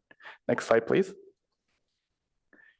So, throughout this discussion, there was significant concern about third floor impact and visitor parking. Surprise, surprise, sounds exactly like what we're doing today.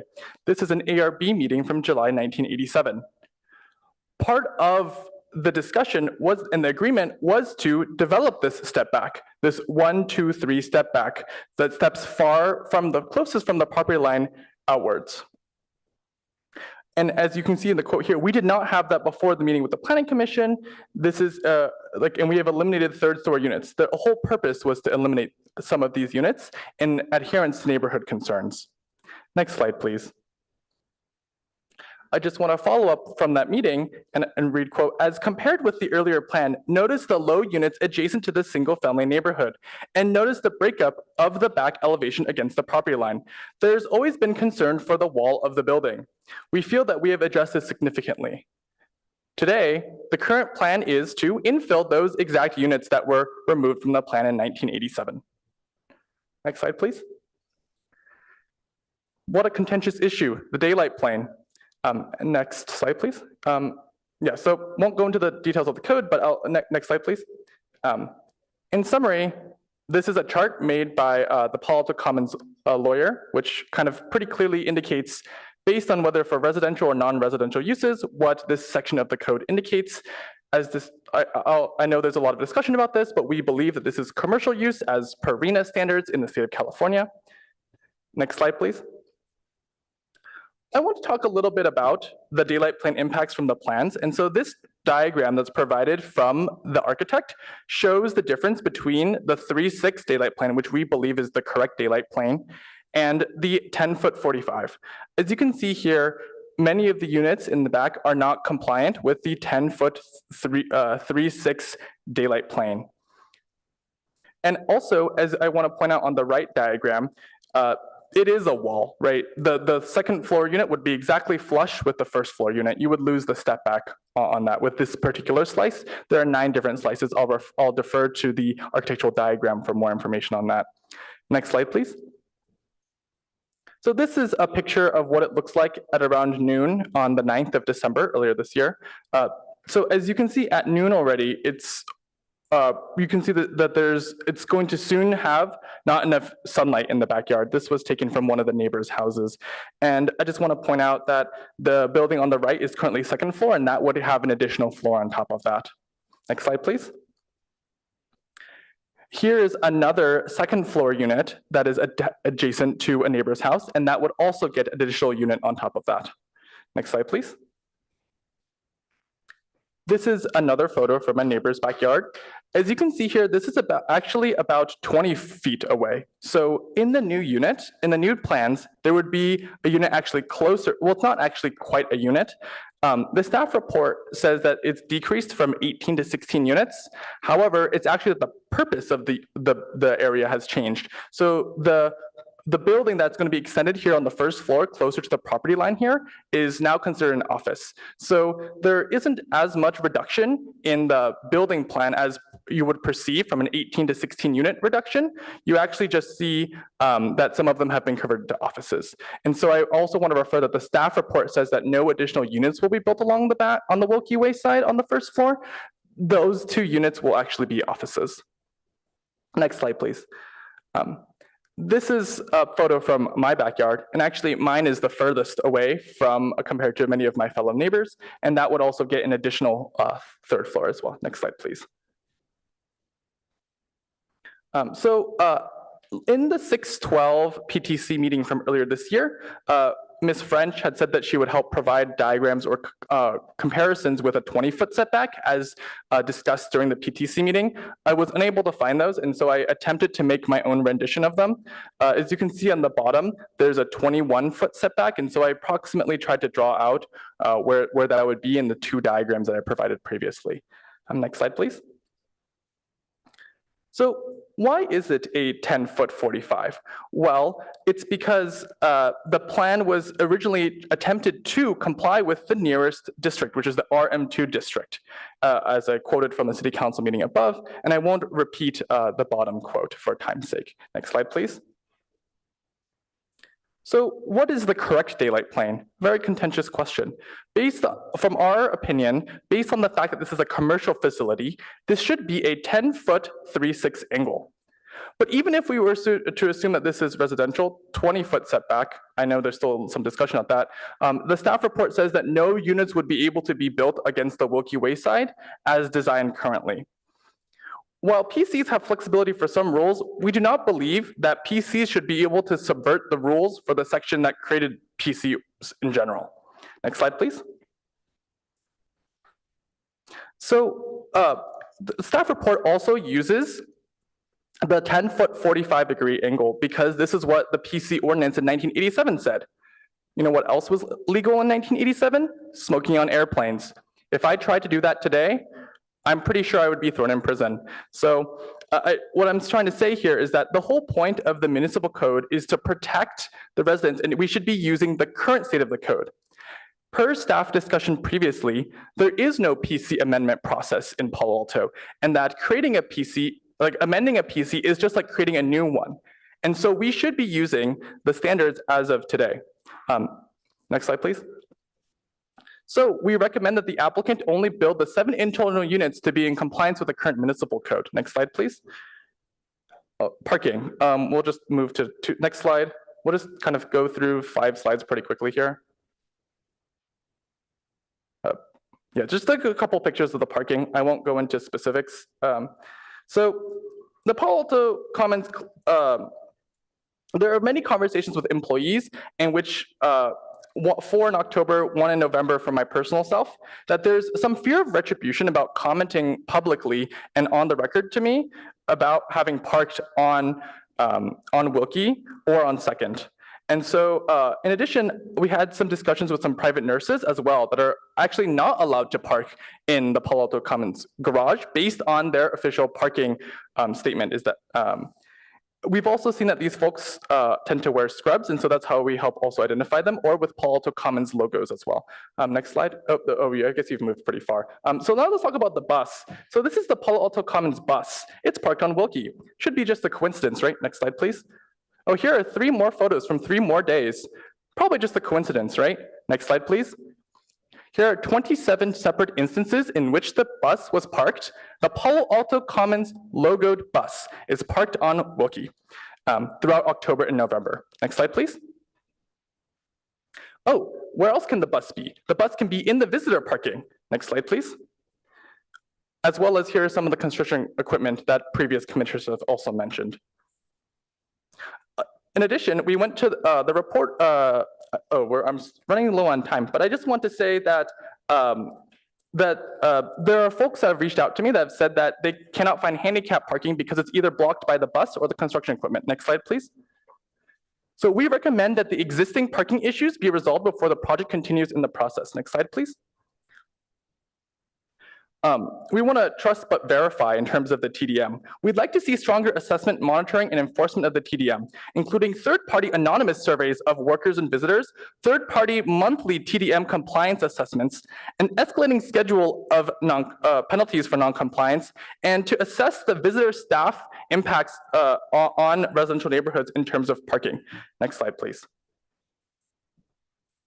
Yeah, so kind of in conclusion, the municipal code serves to protect the citizens of the town. We believe that if this project were to come to the TDC today, it would not be approved as designed. We suggest the following improvements that I've mentioned in my presentation in order to allow the project to continue. Thank you. Just want to be respectful of time. Thank you. Next is Patty.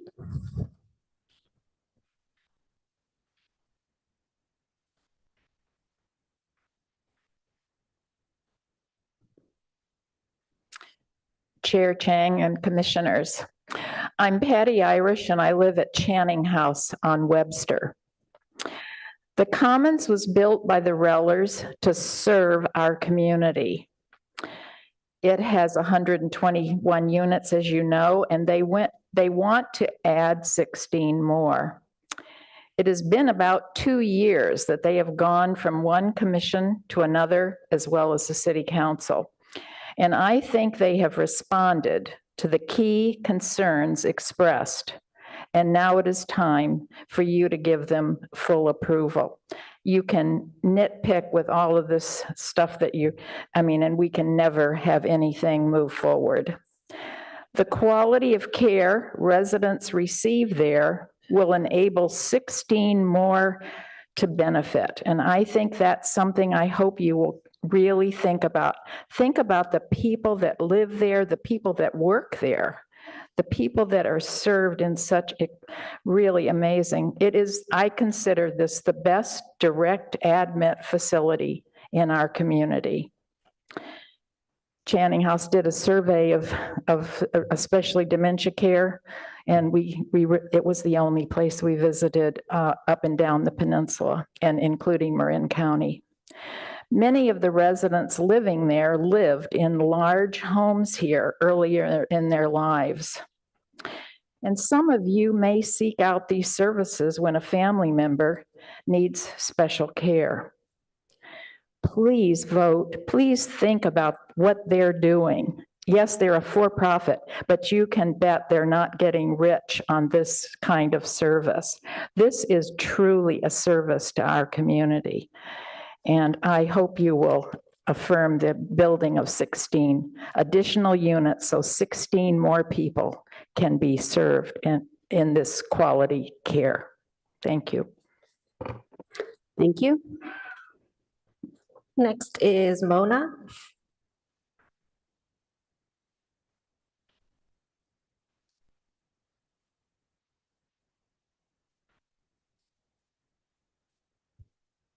Hi, Commissioner and city staff. Speak into the microphone, please. Oh, sorry. Oops, sorry, this thing's fall off. This is a recurring problem. Thank you. Can you hear me? Yes, Okay. we can. Hello, my name is Mona. I live in 4040 Wilkie Way. So today I'm trying to, I raise the questions is right now, Commons is already in violation of their current use permit. The PC is a conditional use. So whether they're in violation is noise emission to the Wilkie Way. On the neighborhood, they are from the vent or from whatever. This has been going on for years and years. It's being emit at 70 dB noise constantly to the neighborhood, Wilkie Way neighborhood. And then there also, okay, so there's a PC 3775, there's conditions they need to reimburse the employee for the transit pass. They suppose posting a sharing carpool for the employees. And also they suppose provide annual report to city regarding the occupancy, vacant status, number of and age of occupant, number of employees, number of employee and residents who is using a parking. So if we have these for over the 35 or some years, we should have statistical data, who and how the garage was used. Currently, we don't. We have a guessing, we rely on comments, and the comments being, repeatedly refused to giving a data.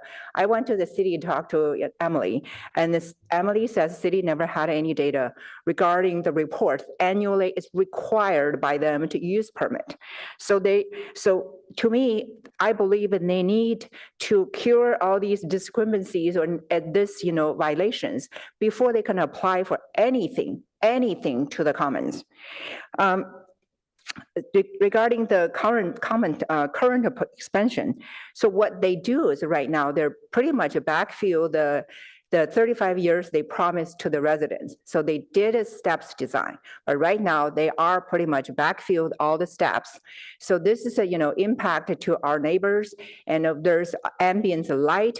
Everything is toward to our environment. So should be required for the CEQA a study instead of they should not be exempt. And also there are in violation of the daylight saving plan, or daylight plan. So we're still believe that this is always it's a commercial property. It's not a residential, should not be treated as residential, and should not be cherry picked. What is the benefit for the commons? The law should be the law. It should be obeyed by everybody. Otherwise, why do we need the law? Law is everyone supposed to be obeyed, and commons cannot be above the law. They need to follow the law. I hope PTC can actually enforcing it. Thank you. Thank you. Next is Reed.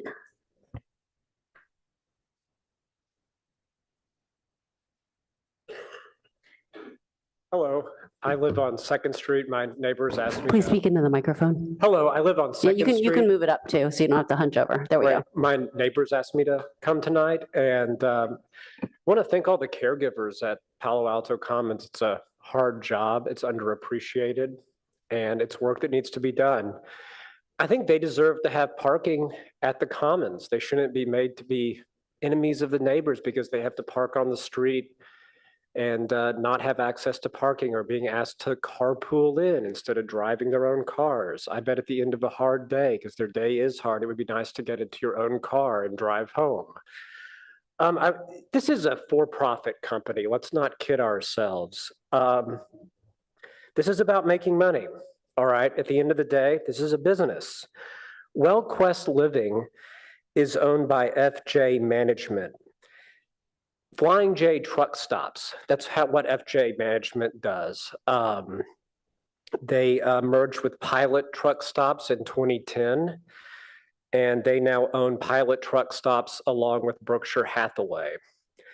In addition to WellQuest Living, they own Big West Oil, Crystal Inn Hotel Suites, and Maverick Adventures First Stop. It's a best-in-class convenience store brand. So this is just another business for a private equity company, as another way for this private equity company to make money and diversify their cash flow stream.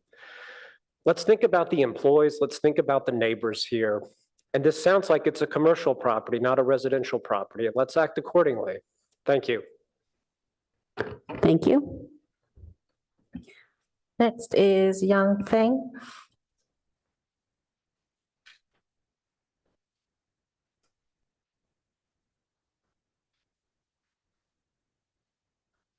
Madam Clerk, Young Feng Yes. is going to give me her 2.5 minutes.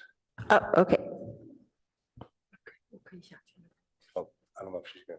Is it my turn? Okay.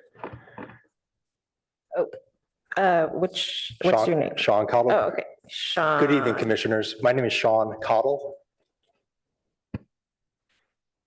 And as my colleague Randy Toke said earlier this evening, this project should go through the environmental review process to address several aspects of the plan. Let me give you a few examples of the items that should be reviewed. First, there should be an environmental review and analysis of the applicability of the municipal code section 18.38.150E, as Commissioner Aiken pointed out, as well as several of the Wilkie residents have pointed out this evening. The drawings A5.11 and A5.12, titled Exterior Building Sections, Daylight Plan at pages 61 and 62 of the plans, use a 45-degree element for the daylight planes. However, the municipal code basically calls for a 26.6-degree element to be used for the daylight plans next to the Wilkie residence. The draft record of the land use action in attachment C does not address this issue. Moreover, attachment D, the zoning comparison table at packet page 40, states that the daylight plan for lot lines abutting one or more residential zone districts other than RM40 and PC zone comply. As you have read and heard in the past and are hearing this evening, there's a dispute whether the daylight plane angle that is used by the architect complies with the municipal code section 18.38.150E. This issue requires environmental review and analysis. Second, the draft of the record of land use action does not adequately address policy L 6.7 in section 4, finding number 1. This is at page packet 31. Policy L 6.7 in attachment C states, quote, where possible, avoid abrupt changes in scale and density within residential and non-residential areas and between residential areas of different densities, close quote. The comment in response says that, quote, the proposed addition does not add additional height to the building, which borders single-family residential neighborhoods, close quote. Actually, the project does change the scale and density by adding to the structure in close proximity to the residential area. Also, as we all know from the drawings, additional height is being added to the first floor and second floors of the building, which should be studied through the environmental review. Third, subsection D of finding number 2 in section 4 should also have an environmental review. This finding states, quote, the project has a unified and coherent design that, subsection D, provides harmonious transitions in scale, mass, and character to adjacent land uses and land uses designations, close quote. The report goes on to state on packet page 32 that, quote, the proposed addition is consistent with the existing height and existing PC daylight plane, which combined with new landscaping and privacy measures for new windows will maintain an appropriate mass and character adjacent to the residential neighborhood, close quote. The proposed additions actually increase the scale and mass to the adjacent land uses. Excuse me, you're up on time. I thought I had 5 minutes. We had to cut it down because of the large number of speakers. But my 2.5 minutes combined with Ms. Wang's 2.5 minutes equals 5 minutes. I'm sorry, you can only combine time when you have 5 speakers who are donating their time to you. Well, it's fine. It's fine. Again, these are just a few examples that should require environmental review. Mr. Yang, we've got folks in chambers who are willing to combine time, so who are not on the speaker. It's okay, people. I'm finished. I've finished my comments. So thank you very much for considering what I've had to say tonight. Thank you. Next is Shashi.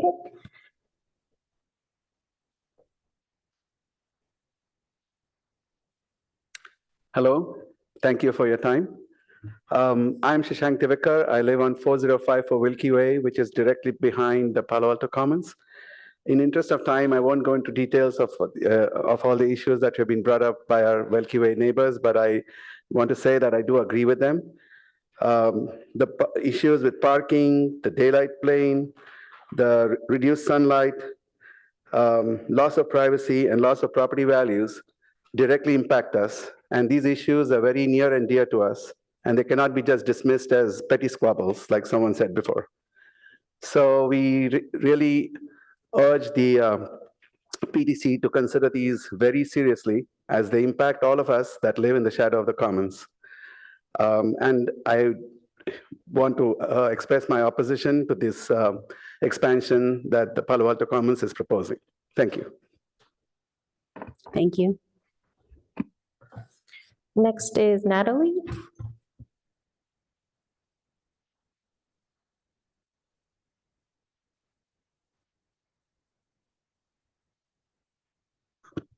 Hello, can you hear me?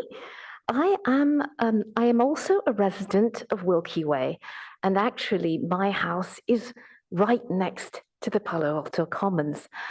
I'd like to express my appreciation for my neighbors and to say that I agree with the points that we've been making. The issue of parking is an ongoing and unfortunate situation. I'd like to point out that it's a problem right now, and no additional units have been built yet. So even without having an addition, we have constant parking problems. I have tremendous sympathy for the people who are helping, for the healthcare carers who come and have to see clients and patients. And I have personally spoken to a few of them about the parking, and they've all been very apologetic. And I said, I'm really sorry, I don't blame you, but it would be nice if your workplace could provide easily accessible parking. So it is an ongoing problem. I do think that it is contingent for Palo Alto Commons, which is operating as a business, to provide reasonable parking. And as I mentioned, it's already a problem. Adding 16 units with no parking for additional staff, visitors, or clients seems rather unreasonable. Thank you. Thank you. Next is Daniel.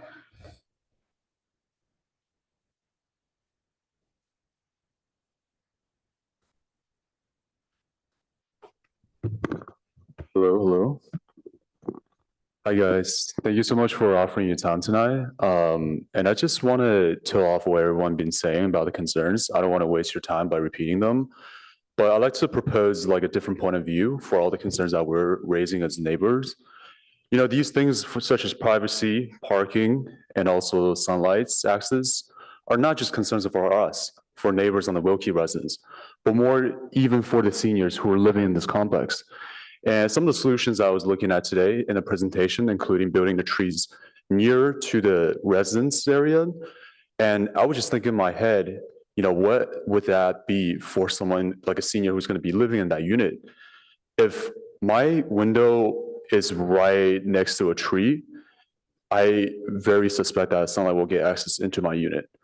So in a sense, you know, these things that we see from, you know, Palo Alto Commons, the discrepancies, these issues that we rose to him, is not only our concerns, it's also aimed to improve the qualities for everybody in our communities.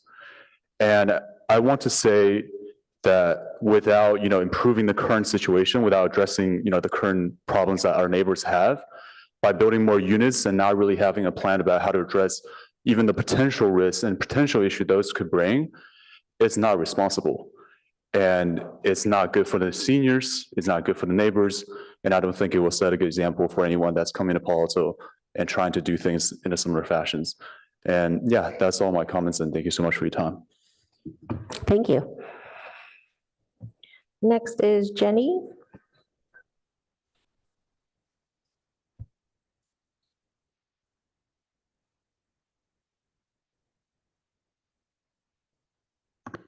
Good evening. I'm also the residents of Wilkie Way. Can you please speak closer to the microphone? You can move it and adjust it. Oh, okay. All That's right, better, thank you. yeah. I'm also the resident of Wilkie Way. I agree with all my neighbors' comments and daylight plans and parking and other issues. And I'm here to just oppose Palo Alto Commons expansion projects as of today. Thank you.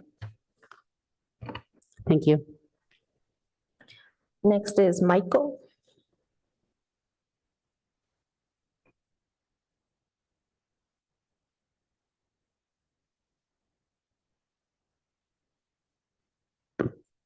Hello, everyone. So I'm here. I'm also a Palo Alto resident in Wilkie Way, and I'm here to support my fellow neighbors' comment and oppose the consent plan for Palo Alto Commons. Thank you. Thank you. Next is Amy.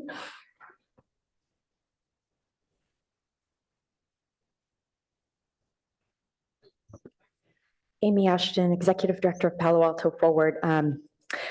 Many of our members have written letters of support, and I'm here supporting the project because our organization recognizes the essential need this type of housing fills in our community. Ask anyone at La Comida or Avenidas or Channing House, and they will tell you that with an aging population, we need more facilities like Palo Alto Commons and the Avant here in our cities where loved ones can be close by and cared for. Project meets parking and daylight plane requirements as outlined in the staff report. Revisions have been made to try and accommodate neighborhood issues. This TDM plan is quite remarkable in terms of what I've even seen for other projects in Palo Alto. I understand not everyone's completely satisfied, but we also have a responsibility to our broader community to build housing, especially housing for those of special needs like this. This modest expansion should move forward to the City Council with a recommendation of approval. That's what I'm hoping for. Thank you very much. And again, I think just speaking for the larger part of our community, I think everyone, when I sent the email out that this project was going through so much process for a fairly modest expansion, people were just surprised. And so I really hope you'll consider the needs of our community and balance that and push this forward to council. Thank you. Thank you. Next is James.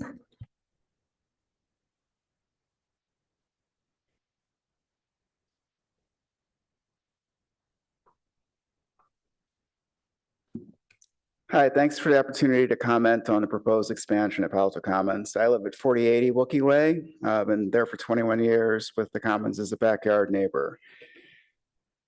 I support the expansion of senior assisted living facilities. Generally, I'm glad that the Palo Alto Commons has proposed 7 interior units. And I can, honestly support that despite parking impacts for that.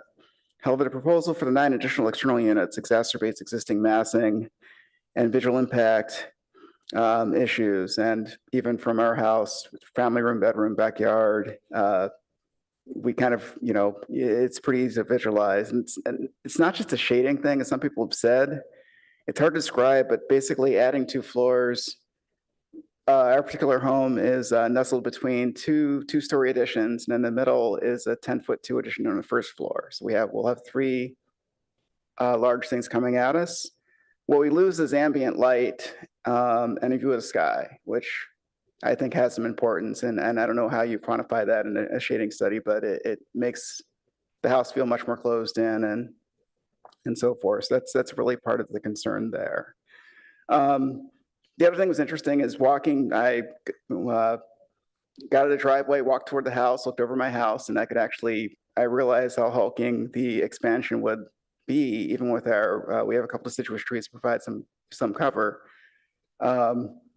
It's only 6,800 square feet, but it feels like it's all kind of in the wrong spots as far as turning the commons into kind of a large brick behind our house. So I also want to say we appreciate the fact that the Commons has improved the landscaping, window plans to address privacy and reducing number of units. But for us, we still have large concerns on massing, closeness of the existing, of the new units to our backyards. I have to confess, I don't fully understand the daylight plane and setback implications, but it seems like there's some flexibility there, even if it was built at 10 feet and 45, that doesn't mean that today you have to follow that same standard. It seems like you can have existing construction have one standard and the new construction have another. A lot of folks have already mentioned parking. That is an issue. We sometimes get, we walk a couple hundred feet down from our house. The biggest issue is making sure you don't get run over when you're crossing the street if you're on the opposite side. With regards to parking, I hope the PTC will put together specific legal requirements to hold Palo Alto Commons accountable whatever they promise to do to reduce parking congestion before you approve the project. So I wanted to thank you for listening to my recommendation to continue this discussion on this proposed project, and especially to explore reductions in number, size, and placement of units. Thanks. Thank you. Next is Ellen.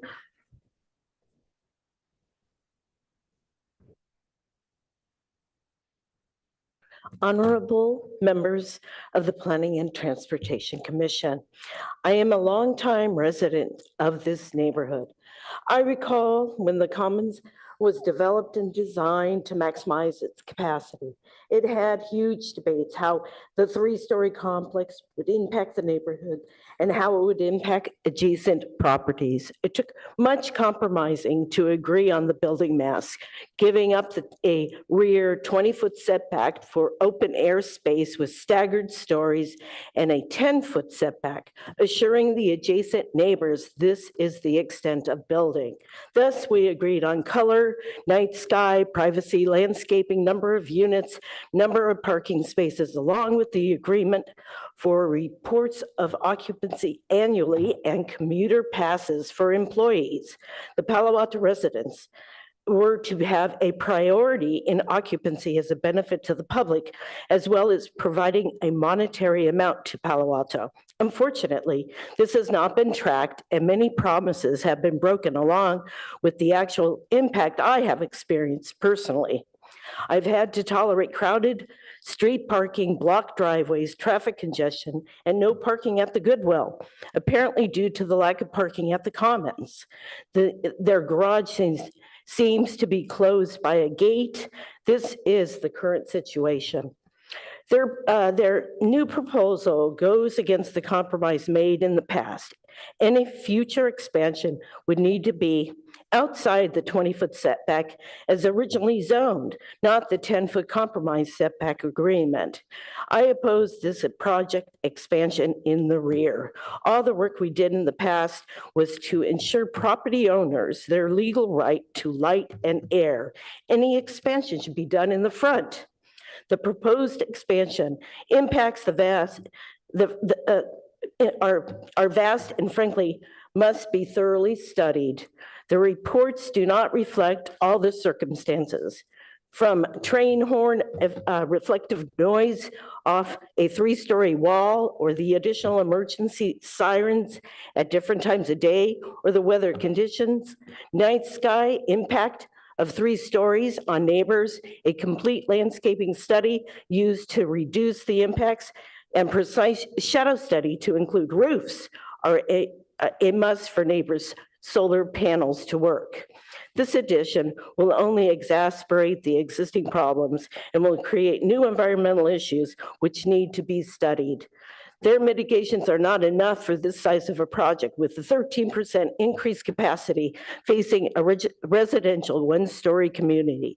It is wise that this project be thoroughly investigated and have a proper EIR at any rate. There are so many issues not covered or taken into account. The massing of the addition is in direct opposition to the past agreement. The massing of any additional building needs to use— You're up on time, so if you just finish up, please. Okay, use the correct setbacks and not take advantage of the compromise we made to allow the building as it is today. Thank you very much. Thank you very much. Next is Deborah.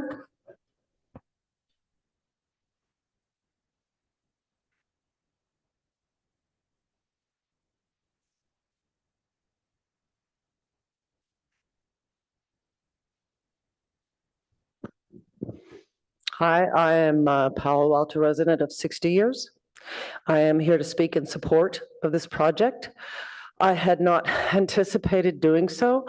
I don't have strong feelings about senior housing, but upon hearing the presentation earlier, there were a number of items that came up that I wanted to bring to your attention. One of them is Eric Filseth, when our neighborhood was trying to get permit parking, said, it needs to be citywide. We need a citywide permit parking program. And he was right. If that had happened, this would not be a problem now. If this neighborhood had permit parking, they wouldn't be having this problem. So that's something that I'm hoping you're willing to consider. Oh, number two, so 15 years ago, was it, that Palo Alto residents shot down the senior housing on Maybell?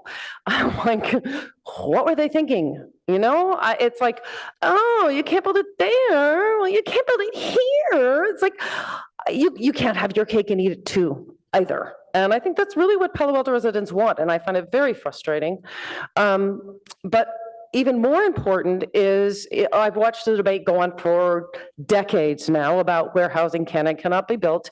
And the verdict is out, which is, we're going to build it on El Camino. We're going to build it on San Antonio Avenue. We're going to build it on, these narrow corridors. We're not going to allow it to be built distributed citywide, which means certain neighborhoods are getting very heavily impacted. And this Wilkie Way neighborhood is getting impacted way out of proportion relative to the rest of the city, between the Maybell being shut down and between this decision to not allow dense building elsewhere. No, it's not fair, but we as a city have made this decision, and I think, I'm sorry, you got to stick by it. And if the problem is not this development, the problem is very different, and I think you should address the real problem, not stop a development. That's very reasonable, in my opinion. And the last thought is that I wish the residents of the city would care as much about climate change as they do about parking. Thank you. Thank you. Next is Nishant.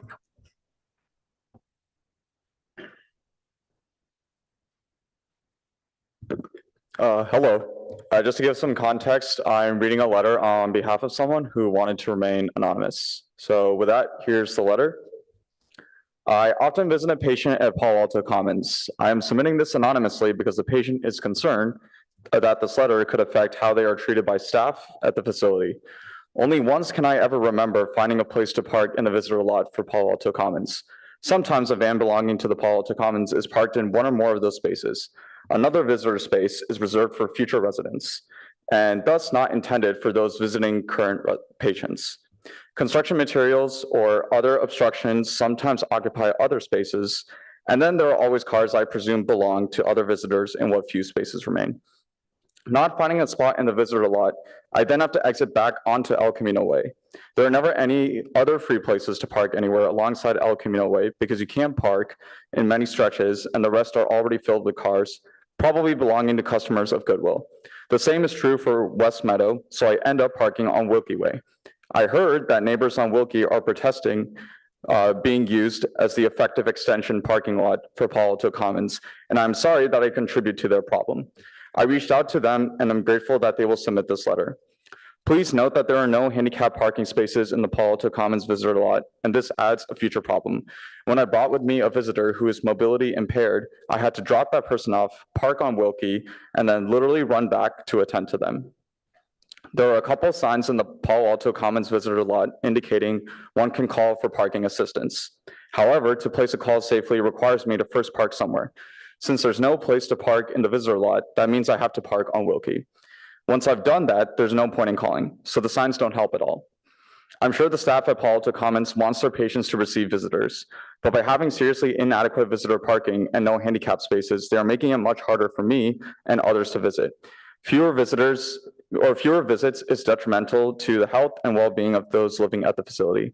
I urge the city to insist that Palo Alto Commons visitors parking be expanded to meet its present needs so that I and others no longer need to park on Wilkie. Furthermore, if the number of rooms at Palo Alto Commons is to increase, so should the visitor parking accordingly. Thank you. Thank you. Next is JP.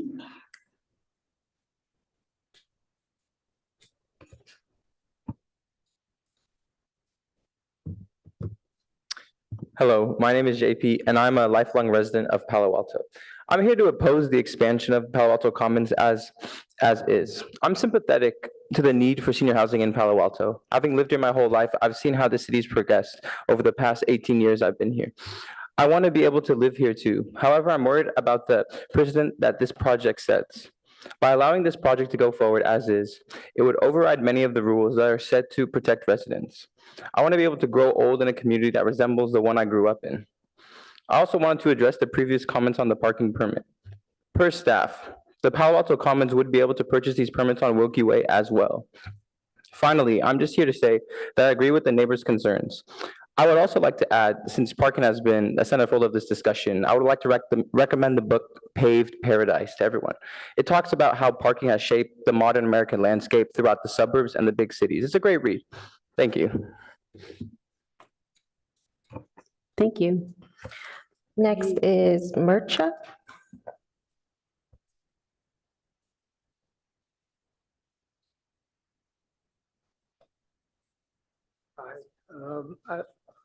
I am a resident in Jacobs Court. It's a neighborhood adjacent to Wilkie.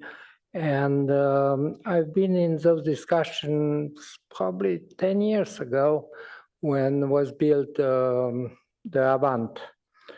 And since then, I have no more daylight in my backyard. With this, all those discussions which were then, I was somewhat reconciliatory.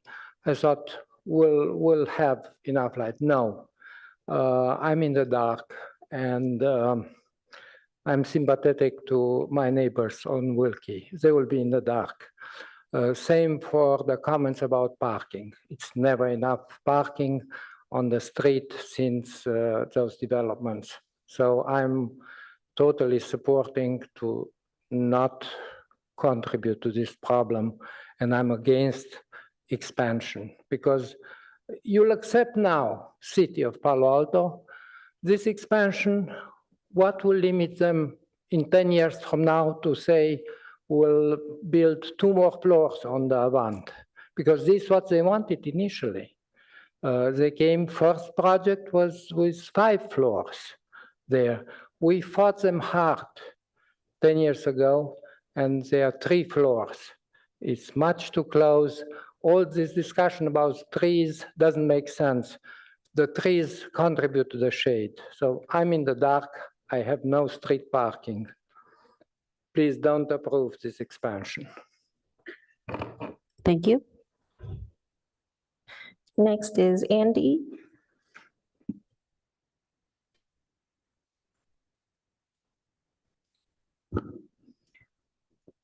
Thank you, Chair Chang and Commissioners, for bringing this project to giving us the availability to speak to it.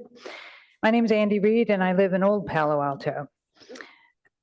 This project asks for an amendment to a PC from 1989, which would infill what was intentionally left as air and sun space back in 1989.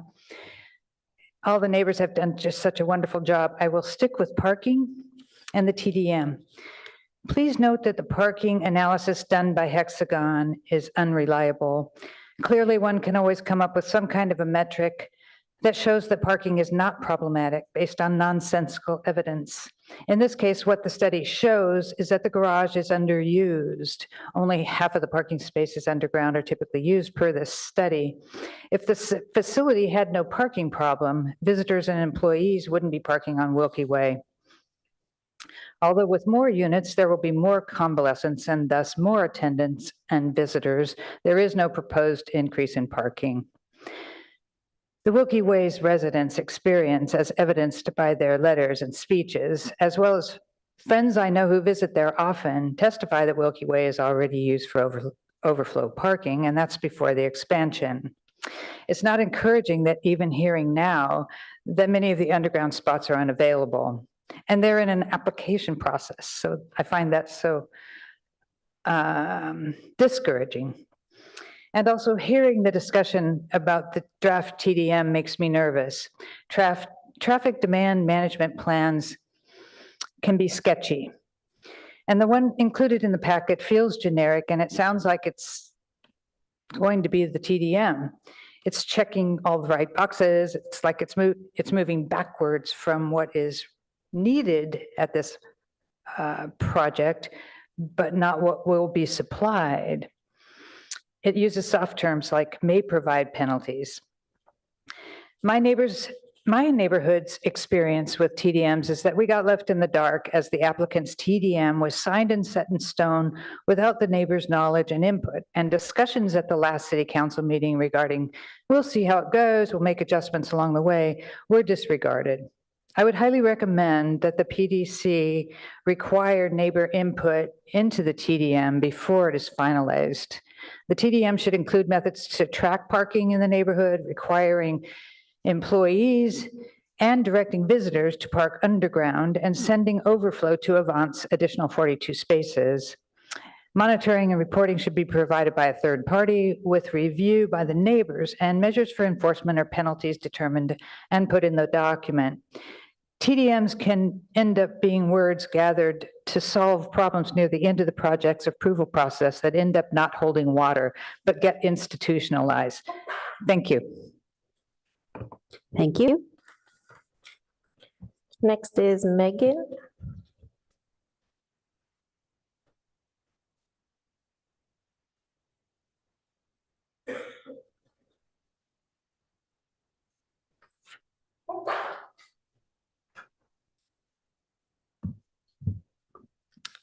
Hi, I'm Megan, and I'm a lifelong Palo Alto resident. I'm very sympathetic for senior housing. My grandparents live in like assisted living community, so I understand the concerns and like the project. But I do oppose the project as it's currently designed. Despite the many discussions about parking, there are only 2 out of the 55 pages are in the TDM plan address parking, and I think that things about the parking plan are like, the study is really hard for you to try to figure it out. I think it could, at any given point, yes, there could be like 50% availability, but that could just be at like an odd hour, or it doesn't account for like the more high demand hours. And given that we already have a parking issue today, there should just be monthly assessments just to figure out how exactly the Palo Alto Commons community is using the parking on Wilkie Way or Second Street. And just with the strong escalating schedule of penalties for non-compliance, just so that Palo Alto Commons is aware of how exactly the parking on Wilkie Way is being used. Because as of now, it's a lot of finger pointing. That would be it. Thank you. Thank you. Next is Janice.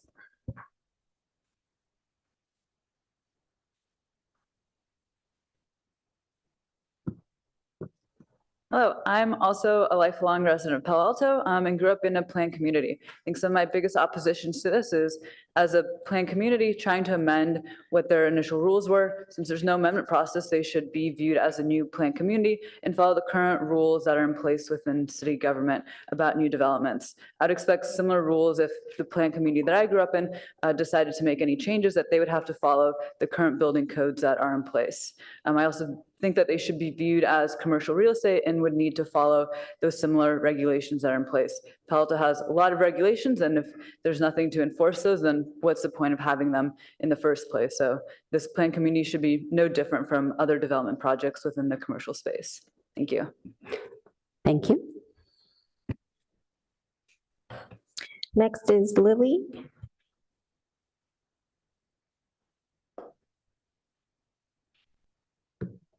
Thank you. My name is Lily Lee, and I live at 4080 Wilkie Way.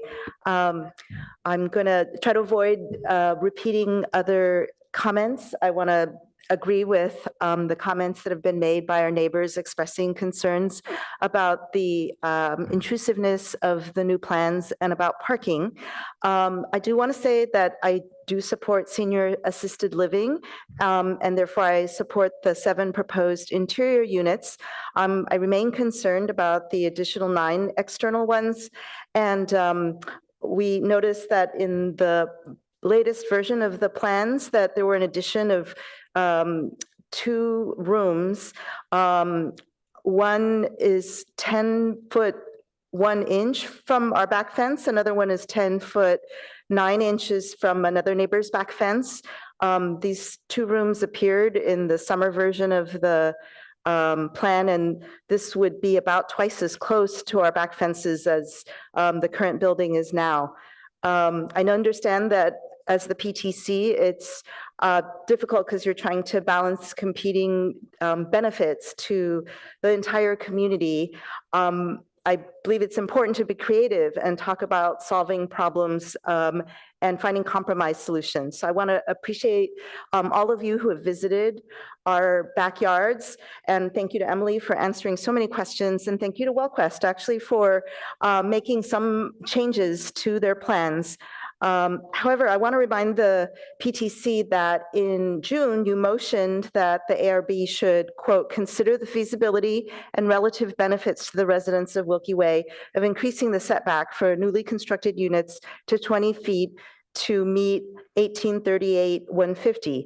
Thank you for making that motion. I was really glad that you did. However, that didn't happen. I didn't hear any options discussed to reduce size, configuration of quantity of the second floor units or of the third floor units. I just heard that the proposal would not leave enough space for second floor additions to be usable as units and would not support the third floor units. However, I believe there could be room to talk about, could we have a reduction in the second floor units to step them back, but then maybe they could still support third floor units that could be stepped back a little more. And so I think smart architects could come up with some options to consider that haven't been discussed before. Also, turning to another area, I noted that there's you've heard from other neighbors that the Palo Alto Commons had failed to submit annual reports about occupancy, and we just have some concerns about a pattern of not following through on commitments.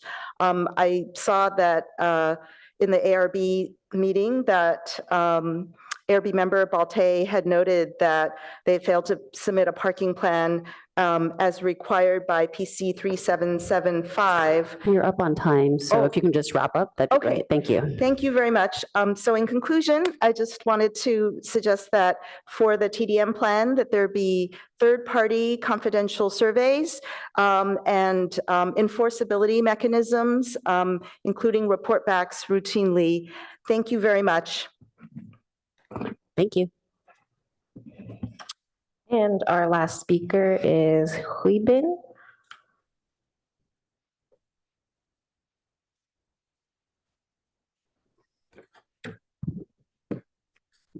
Well, I saw Charlene is here.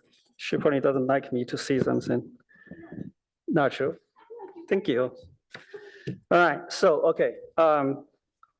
PDC members and also Council Member Sumer. And first of all, I would like to follow up the construction plan the architect just showed us. So I have to remind you guys, when you design a construction, you're not designing an individual construction. It's in the densely populated neighborhood. It's not facing the jungle or desert. So sounds pretty obvious, right? Here is example, 10 years ago, I believe. So this was designed and passed the inspection and included 10 exhaust pipes facing my backyard and generate 24/7 noise and a full smell of emission in the past 8 to 10 years, all right? So, which is already complained several times. And I would like to show you guys again. So what's that sounds like? Did you hear anything?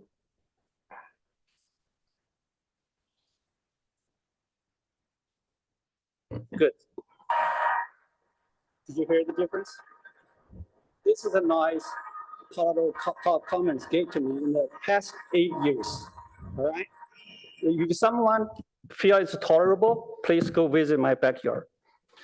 All right, so after several conversations over the past 10 years, well, here I do need to give credits to Charlene that finally they started to reroute the pipes openings. But after 3 months, the pipes openings were moved 10 feet away from the original pipes. So you still generate the noise like this. Do you think much improved? Not. Unfortunately, in Palo Alto News, it said, sorry. So in the Palo Alto News online, it says Palo Alto Commons already satisfyingly addressed noise concern. I'm speechless. Okay, you guys can make the judgment. So here, I demand the Palo Alto Commons to take it seriously and quickly to solve this problem, to submit a detailed plan and a timeline of completion to the city and to the code enforcement department, Brian. So after completion, there should be no additional noise and the emission to my backyard, to my neighborhood, Wilkie neighborhood, and to the Palo Alto City. Thank you. Thank you. Thank you to all the neighbors for coming, and thank you to all the other public speakers for sharing your thoughts with us. I think what we're probably going to do is take a short break, but I did have a question for staff quickly. I realized that I neglected to ask Chair Rosenberg some questions, which all these public comments reminded me of, but I believe she may have left already. Is that correct? I don't see her there. Because if I was going to suggest that if we did have questions for her, that my colleagues and I could ask her those questions now before we take a break, so that she can be released. No, we don't see her online anymore. Sorry. Okay, I might see if she might come back for a little while. All right, so with that, I think we're going to take a 7-minute break and then we'll come back.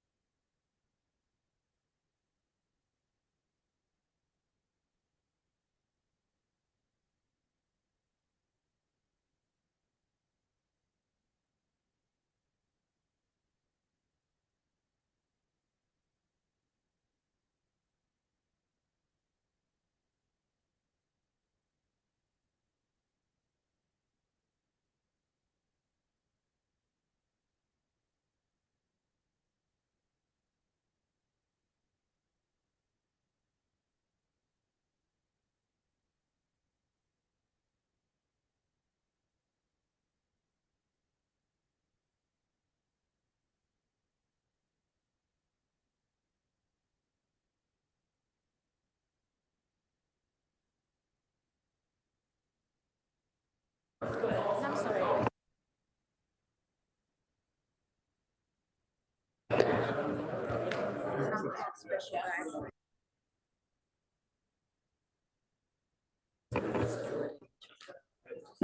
everyone, we are back. So a couple things. I realized that I forgot to give the applicants 3 minutes for rebuttal, so let's take care of that. So 3-minute clock is up. All right, here we go. Goodness. I appreciate, and I've taken copious notes. I took notes from every speaker. I have lots of discrepancies or things that I could make a rebuttal to. I would, I guess, suggest that maybe I just respond to your questions. I will clarify 2 things that are sincerely offensive to me.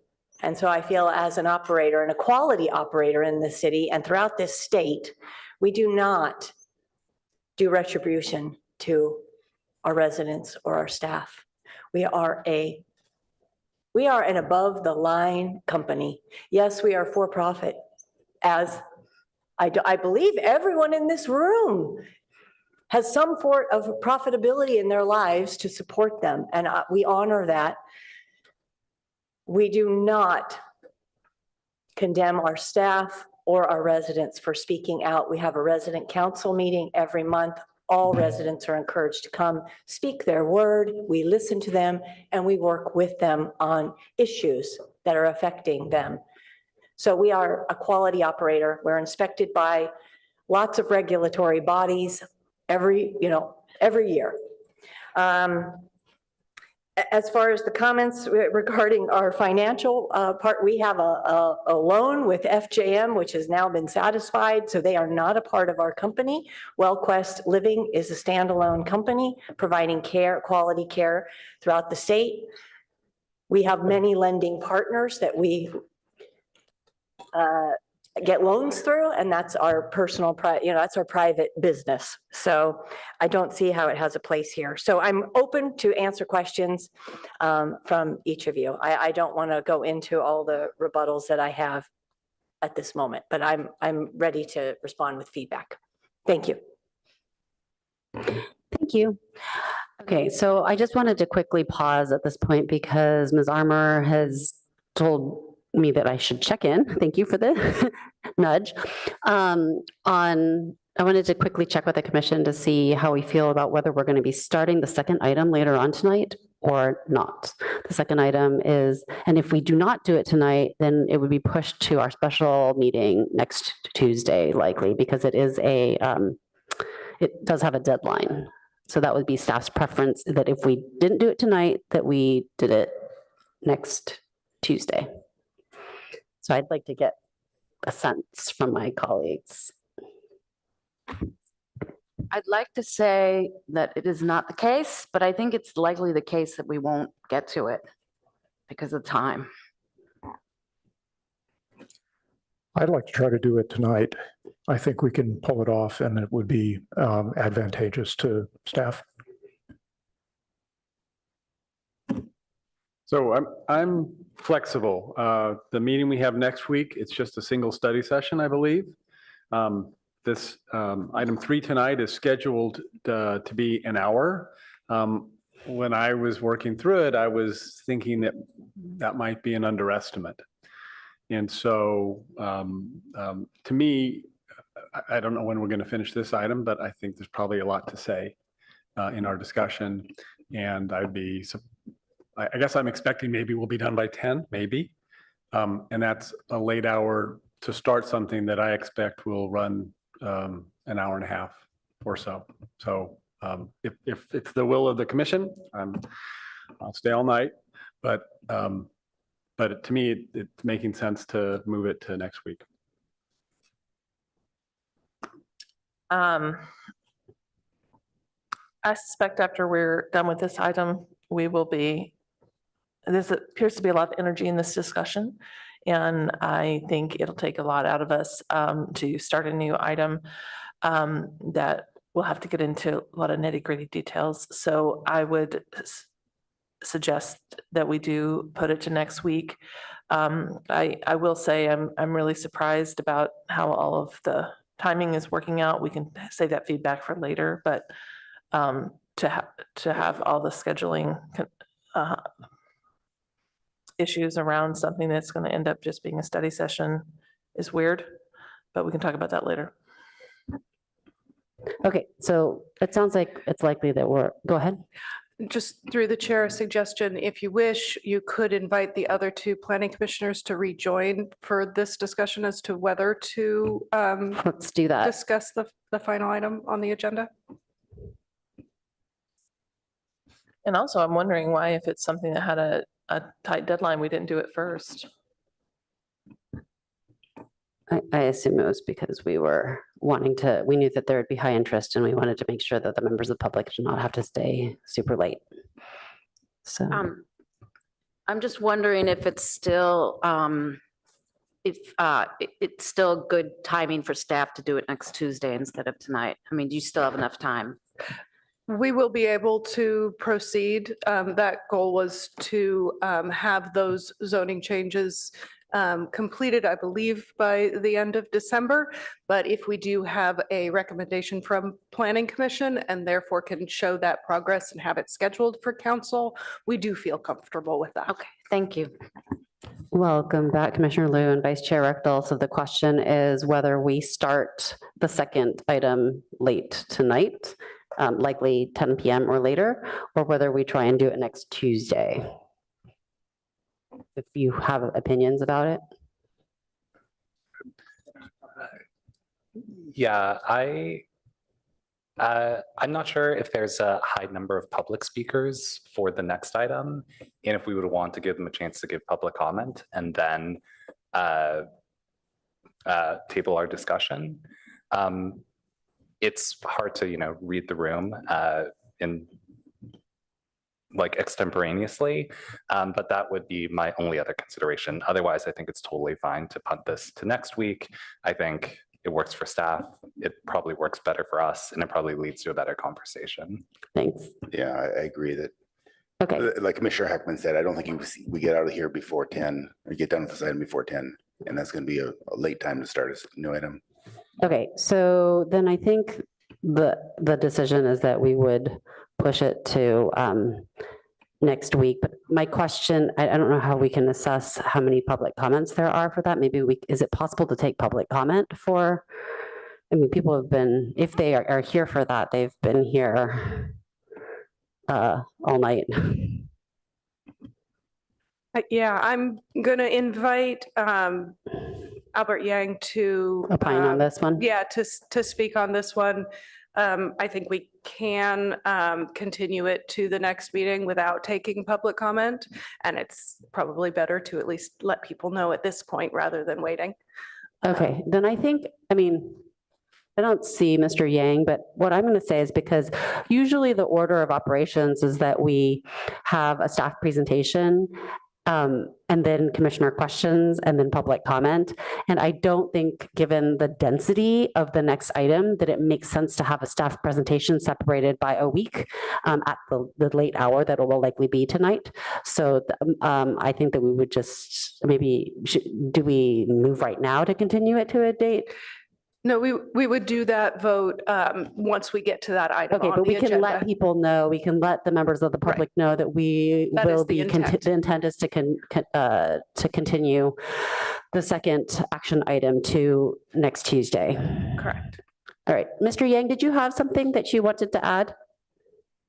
Nope, I was just going to say it's at the chair's discretion. And Perfect, thank you.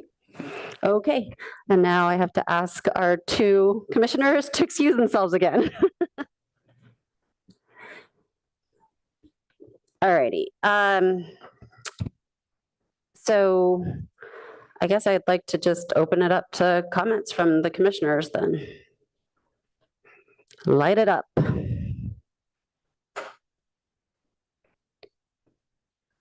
Commissioner Aiken. Thank you, Chair. So I'd like to start with shadowing. The shadow diagrams are wonderful. I really appreciate having those in the designs. but they can also be misleading because a lot of natural light comes from the part of the sky where the sun isn't even present. And if you block the visibility of the sky, you lose that light, even if you haven't created an extra shadow in the sense of blocking the direct light of the sun.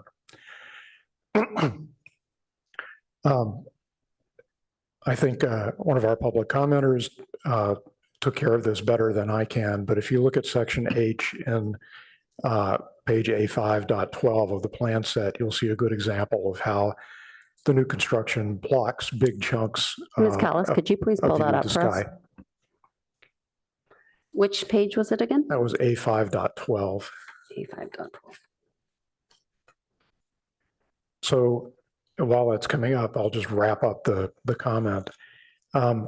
Imperfect as it is, really the only tool we have to deal with this factor is the daylight plane. That's why we have to make sure that the daylight plane is being respected to the maximum extent that the code permits. And I think the code's intent is pretty clear here. So the 45 degrees at A5.12.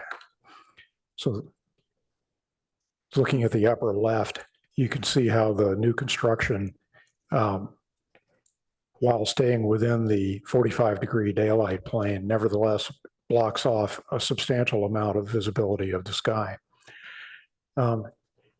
So I await Councilor Yang's discussion at some other time about what kind of changes we're permitted to make. But the code's intent here is pretty clear that there should be more daylight plane than this. Second discussion item is the TDM plan. I found it really disappointing, and that this is a consistent problem we have with TDM plans that we have to find some way to address. The baseline parking demand measurement is pretty much useless because it only counts vehicles at the driveway. And that's not the total commute demand or the total parking demand. Now, I understand what is being done with the Institute of Transportation Engineers estimates, but the validation for those estimates comes from the tube counts, according to the TDM plan. So that's why that validation has to be right. And the second phase of that is the enforcement of the TDM plan is ineffective for the same reason, because there is no way to determine, according to the plan as it exists today, what the actual commute demand or parking demand are, because those things are spread out. I'd like to point out that creates the combination of these things creates a perverse incentive to park on the streets, because not only does that reduce the trip count that's measured on the property, it also increases the chances of meeting the TDM plan goals, even though the parking and transportation have not changed.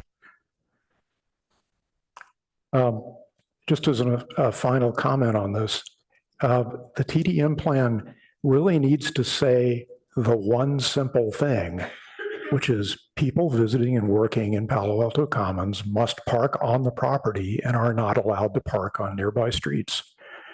And that's not a legal requirement from the city. That's a policy of Palo Alto Commons that the TDM plan needs to establish. Okay, that's it for now. Commissioner Heckman?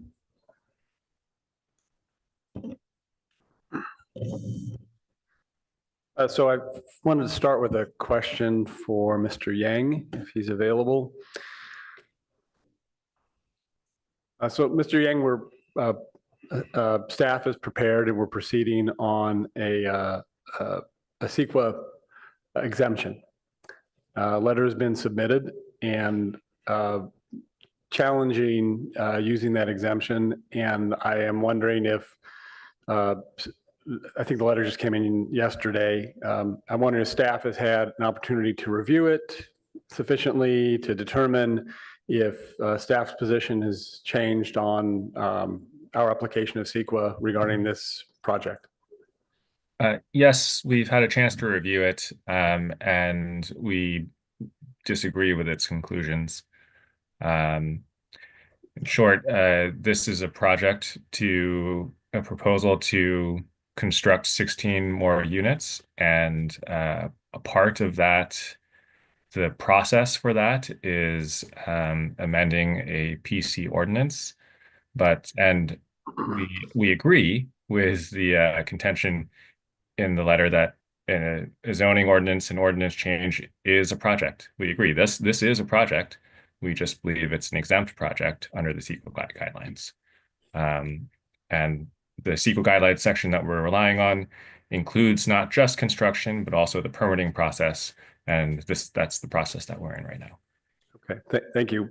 And then also for you, Mr. Yang, in terms of the issue Commissioner Aiken raised earlier, you provided a response after a little bit of thought, and I wondered if, hour and a half having gone by, whether you're comfortable with that response or you want to elaborate or add to it in any way. I'm comfortable with the response that I provided earlier. I think the basic concept remains the same, that the standards in 1838-150 are they are norms and guidelines, but they don't need to be binding, and so they can be persuasive and important points of reference. But the PTC is not can recommend that something different from those be approved. Okay, thank you. So in this round, I want to really just focus on a couple of specific issues, but before I talk in another round about the larger project. The first one I want to talk about is trees. I'm a little confused about the trees because we have a diagram shows a mix of the two kinds. Our staff report says that a decision has been made to go with deciduous. Although none of the local residents here took time, I think, to mention the type of tree they want here, a lot of their written correspondence indicated that they wanted evergreen. And in fact, I haven't found anyone that of the neighbors that said they wanted deciduous. And so, but I think this is a simple issue. I just think there needs to be communication. When I look at the tree plan, I can't quite tell, but my thinking is the parcel that is next to the trees, and it looks like 4 or 5 of the 8 are clustered behind one parcel. I think that person, those owners should put in writing so we don't have disputes later, whether they want evergreen or deciduous. And I think that the applicant should honor that wish. And I haven't heard anything that the applicant has a preference either way, other than on this issue to satisfy the neighbor's concern. So I'm hoping that can be pretty smooth. And I would ask that process take place before this go to council, in whatever form it's going to council, so that it's not an issue. We can focus on other issues. The other thing I want to talk about in this round is the TDM. So this is kind of an odd TDM because most of our TDMs are really focused on, hey, you got a lot of traffic coming to the site and we got to find ways to tamp it down. And that's important here. But really the tool of a TDM is being employed here because of a parking issue. So it's really a TDM lending itself to a parking management plan. And so I think it needs to be more robust in that aspect. I think, one thing that troubled me when I went by, I think that if I'm understanding where the 7 surface parking spaces are, not the ones down the garage, but on the surface, I think they were all occupied by construction material maybe a couple of construction vehicles, but mostly construction material. And thinking forward, if this project is approved, and whether it's 7 units or 16, whatever, or any number in between, there's going to be a lot of construction, and there's going to be materials, and there's going to be trucks. And while normally we have kind of some uniform construction conditions on our approvals, here I think we need to recognize that there are 57 parking spaces, and every time a construction truck parks in one or puts its load of timber in one, there's one less to be used by the staff and the visitors and the residents. And I think we have to have a solution for that in the TDM that compels the property owner to basically bear the weight of solving that. And if that means during construction, renting and offsite parking and shuttling its staff to and fro, so be it. But I think that really needs to be built into this. And I think that applies long-term to the notion that some of those spaces in the garage appear to be being used for storage.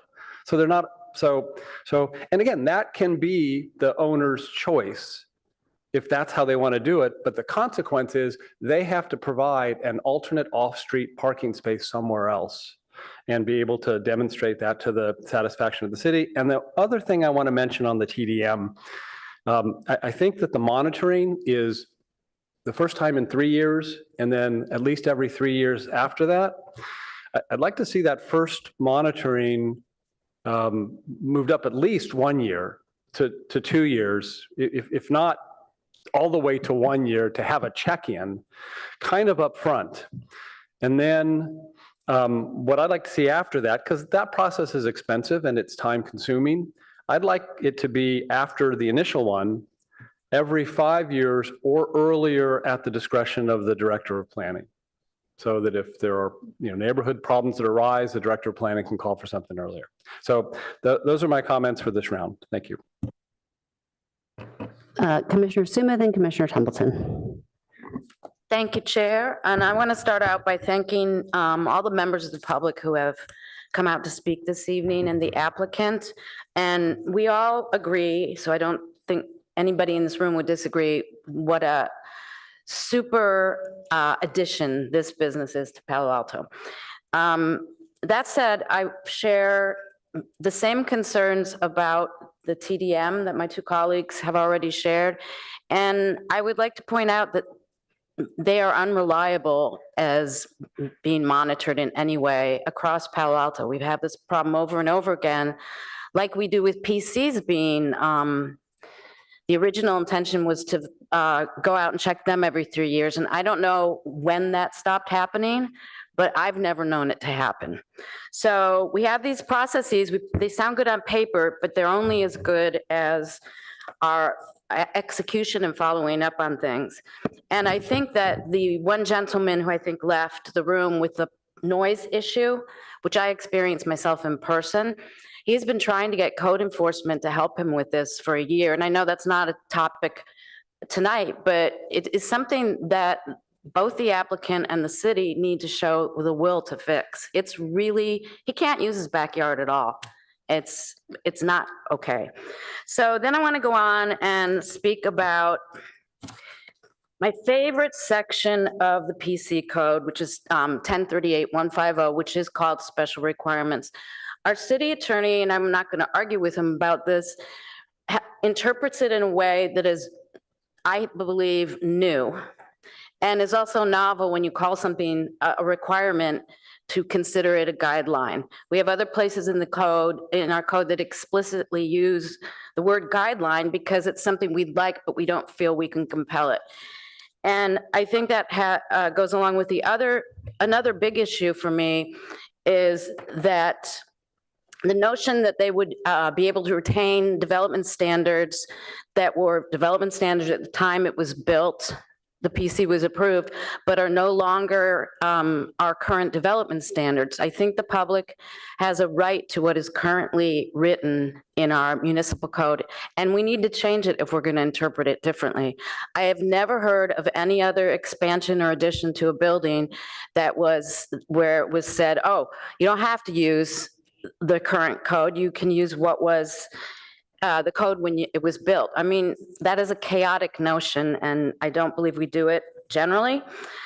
I do believe that the daylight plane is adequate the way it's interpreted, and the notion for the public, when this was negotiated, I guess 14 years ago or something like that, it was explicitly done to make a deal with the public, to get a project that was good for the city and good for the business that wanted to open it.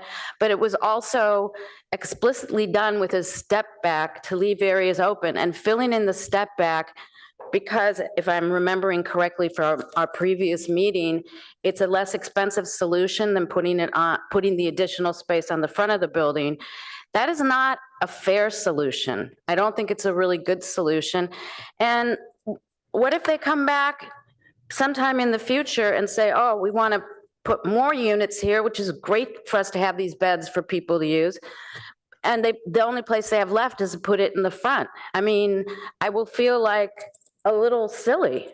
So I think we have to work much harder to get to a point where we can find something that's fair, that follows our rules, that follow the rules that are as they're currently written in our code. And I couldn't agree with my colleague more about construction logistics. That is a nightmare of a situation already, the parking over there. And it is very hard for me to see the photos of the van, the Palo Alto Commons bus, being parked on Wilkie Way repeatedly during this application time. It's just disappointing to me. So I think that is where I'll leave it for now. Thank you. Commissioner Templeton.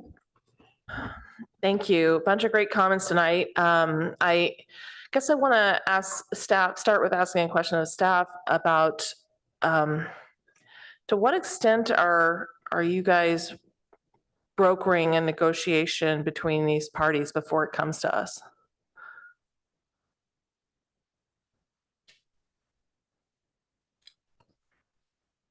As the applicant, as Charlene mentioned in her presentation, there were a number of community. You don't have to do that. It's fine. You can just say, I was here, I heard it, but I'm asking because I specifically want this question addressed right now. Yeah, so I attended one of those community meetings. I believe I only attended one. The others didn't work with my schedule. But in addition to that, I've responded to a lot of neighborhood comments. We've taken those and we have turned them into guidance.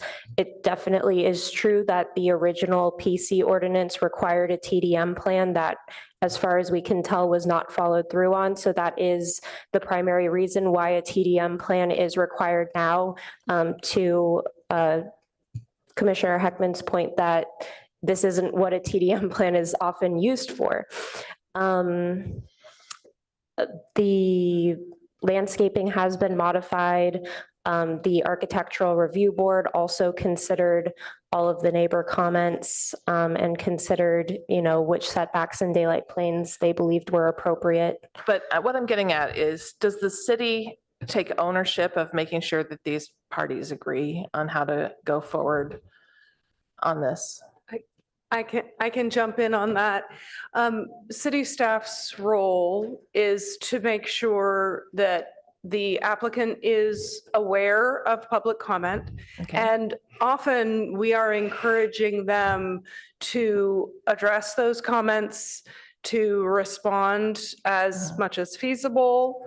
Our evaluation role is based on the regulations, but we do work to try and ensure that there are active conversations between them and the neighbors, that they're doing outreach, they're listening, and that they are responding, at least in some way, and then bringing those responses to the Planning Commission and ARB as part of your consideration to see whether there is something that that you feel, especially with a discretionary project like that needs to go further. So do you think that by the time like it's coming to us, that you guys have dealt with as far as you can for the negotiation parts? Okay. And is the city's involvement based on like something like public benefit, or do we have any kind of established guidelines about how deeply the city cares about this project? Generally with any project, whether it's an addition to a single family home or something like this or a larger project, staff is working with anyone we hear from with comments to make sure they understand the process, how they can participate, how they can provide comments, and then making sure that the applicants are responding to those comments. There are times when we can enable changes in the project, and there are other times where the applicant chooses not to make additional changes.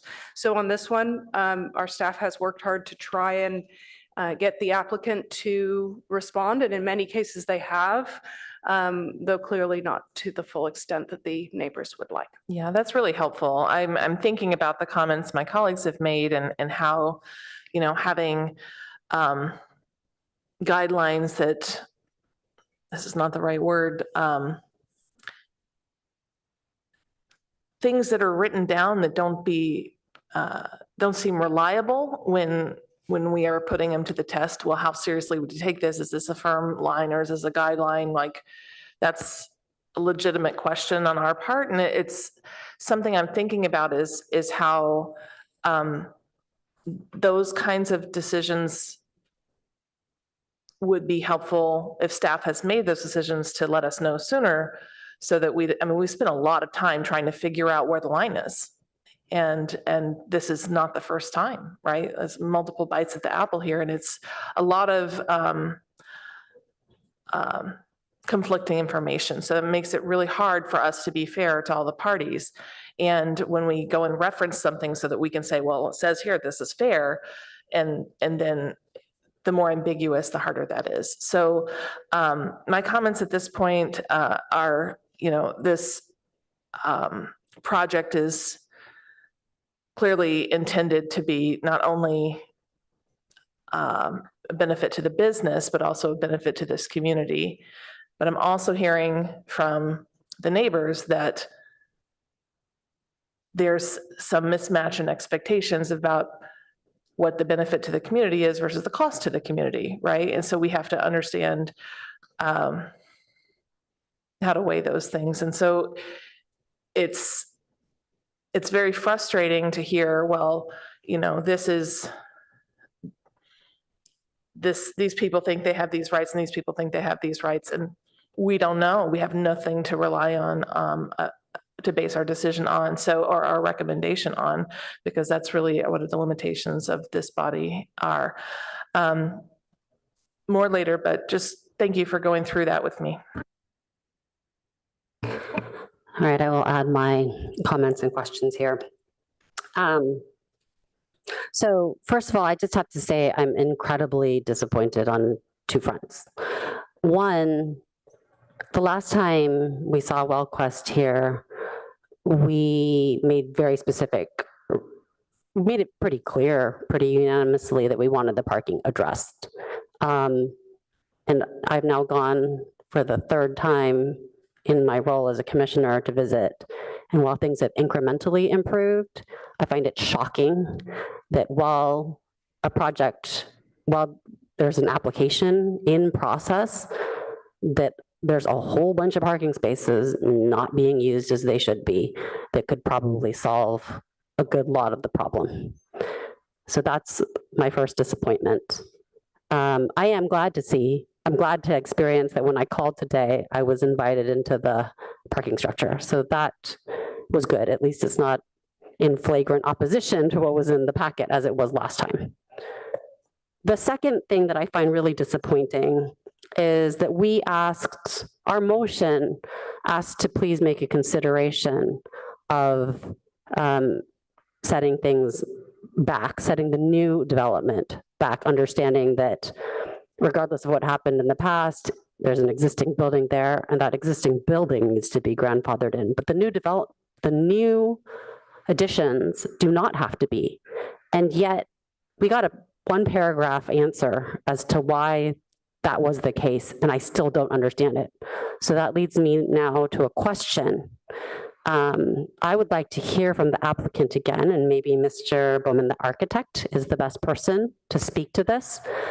When you showed the elevations and you said, well, we can't do construction here in the front, I would like to understand why. I would also like to understand, so that's my first question. The second question is, why is it that the compromise that was suggested by the PTC cannot be enacted? I understand that it can't be enacted if your goal is to have the same number of units of the same size, but why? So I'd like to more of an explanation. And then, well, let's just start with those two. Okay, so for the first question, why can't we put more units in the front? So there's an existing line of units. So one, you can't get past those units to build more units. Two, you can't really build over the existing parking because you need to put columns where the parking spaces are, so you would lose that parking.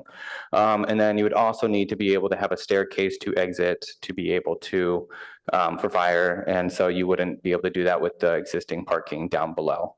And you need to have an ambulance height of 14 feet, which you can't fit with the floor to floor, what it is right now. With the which? The floor to floor. For ambulances, you need a certain height, so you wouldn't be able to do the first and second floors. You would only be able to get the third floor and above. So it's not so much that it's not feasible, it's just not cost. No, it's not feasible. I said, even with the amount of money you could throw at it, you can't solve that issue. It's an issue of you would lose parking, which they have addressed, that's an issue. So you would lose the 7 spots in the front to be able to build 5 units in over them. Okay, but maybe, I mean, again, in the realm of compromise, like let's be clear here. What I heard is, although 90% of our discussion today was about parking, the parking wouldn't be an issue. Well, I mean, the existing situation is an issue, but if we weren't talking about new units at all, we wouldn't be here. So really, the elephant in the room, and if you look at the neighbors' petition, out of the 6 points, 5 of them are not about parking. So really, it's about, the 9 units in back. And if there were a compromise, maybe that would be okay. We don't know because that's not been explored. Yes. We did compromise. So that's the 7 additional units that aren't on the Wilkie Way. We found extra spots to move some of the units. Before we had more than 9 in the back. So we limited about 3 or 4 units in the Wilkie Way side and moved it onto the other side in the interior courtyards away. So we did compromise before. Okay. And did you ever look at having the offices that are added to the back now and on the front side somehow? We have not on that one. The additional offices are within the existing PC code. So that one, we can look, we'll look at putting those offices on not on the Wilkie Way side, but yeah. Can I also understand, so why don't you so I think you've addressed the first question about development on the front. Yeah. If you can address the second question about the kind of compromise that was proposed here at the PTC last time, where we would do essentially limit the new construction to 20 feet back from the. Yeah, so looking at that, the rear setback is actually not on the Wilkie Way side. Per municipal code, this is considered a corner lot because there is 2 different. That aside, code aside, because it's abundantly clear that we can do whatever we want here, apparently. So let's just say that we want to have all new construction set back by 20 feet. Why can't that be done again? Okay, so we're throwing out municipal code. We're making things up as we are right now. But we were trying to do a compromise, right? Yeah, so the 20 foot, the reason we can't do 20 feet is because you can't fit an extra unit on the 2nd floor. You won't get any units there. And if we can't build on the 2nd floor, we can't build on the 3rd floor. So all those 9 units are gone. Could you use that space for office, for example? We could, but that's not. What you want to do. We need the units. We're trying to increase housing. Well, you would like more units in order to, like, I mean, I don't understand that's the goal, but. Yes, the goal is more units to help more people, yes. Okay. Another question, if you could review for us, and we've heard this before, but I'd love to hear it again. I want to make it clear that what the staff report says, in my view, wasn't a complete summary of what City Council's opinion was, starting very back at the pre-screening, so long before this was ever here at the PTC. City Council was pretty unanimously excited about having more assisted living and more senior housing. I think we all would love that in a vacuum, right? That's what we would love. However, also, there was definitely at least a majority opinion on the City Council saying, but we really are concerned about the impacts that this would have on the backyard Wilkie Way neighbors. So they were asking, can we do a fourth story? And the support for the concept of, there was a unanimous support for the concept of additional units for senior living, but not necessarily unanimous support for the project as presented at the time. So if you could just talk to us a little bit more about the fourth story option or the challenges of shifting the development of the new units. Yeah, so we looked at the fourth floor issue, and so there's many things that came up. One, it's a 40-year-old building. Adding a fourth floor structurally is going to be really hard, if not impossible. I'm not a structural engineer, but that is very extensive structure. Elevator, you'd have to be able to replace in that one. But the big thing was the stairs. So there's 3 possible stairs you could pull from. One would be on the front side, so we could use that. But you would need to have a second stair for fire code, and that would be along closer to the Wilkie Way side. So instead of having 3 floors close to them, it would be a 4th floor. So it wouldn't solve the issue of pulling it back. It would make it worse. You know, does that make sense? Yeah, but it would make it for that one corner, correct? Yeah, Or- so it would make it one corner, but then one neighbor would have a 4-story building closer to their house versus the existing 3 stories that does step back. Yeah, okay, thank you. That's helpful. Okay, thank you for answering the questions. So in response, like my thoughts about this, again, because really the issue to me, and we've heard from the neighbors too, it's not the 7 units. And they've even said, oh, whatever parking impacts occur from the 7 units, we can live with that because we do understand that this is a benefit. But I think it's really the massing that we're hearing about. And that's what the complaints say. It's the massing. So what bothers me about this is we've got one organization, one company saying, we want to build more units to serve more clients, but this isn't purely out of the goodness of our hearts. It needs to be a going financial concern, right? But it's potentially not feasible, but definitely more expensive to build these units on the front side of the building.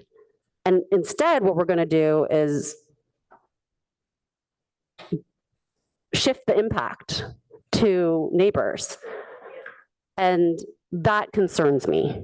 I know, and I'm very pleased that WellQuest found additional places to put some of the units.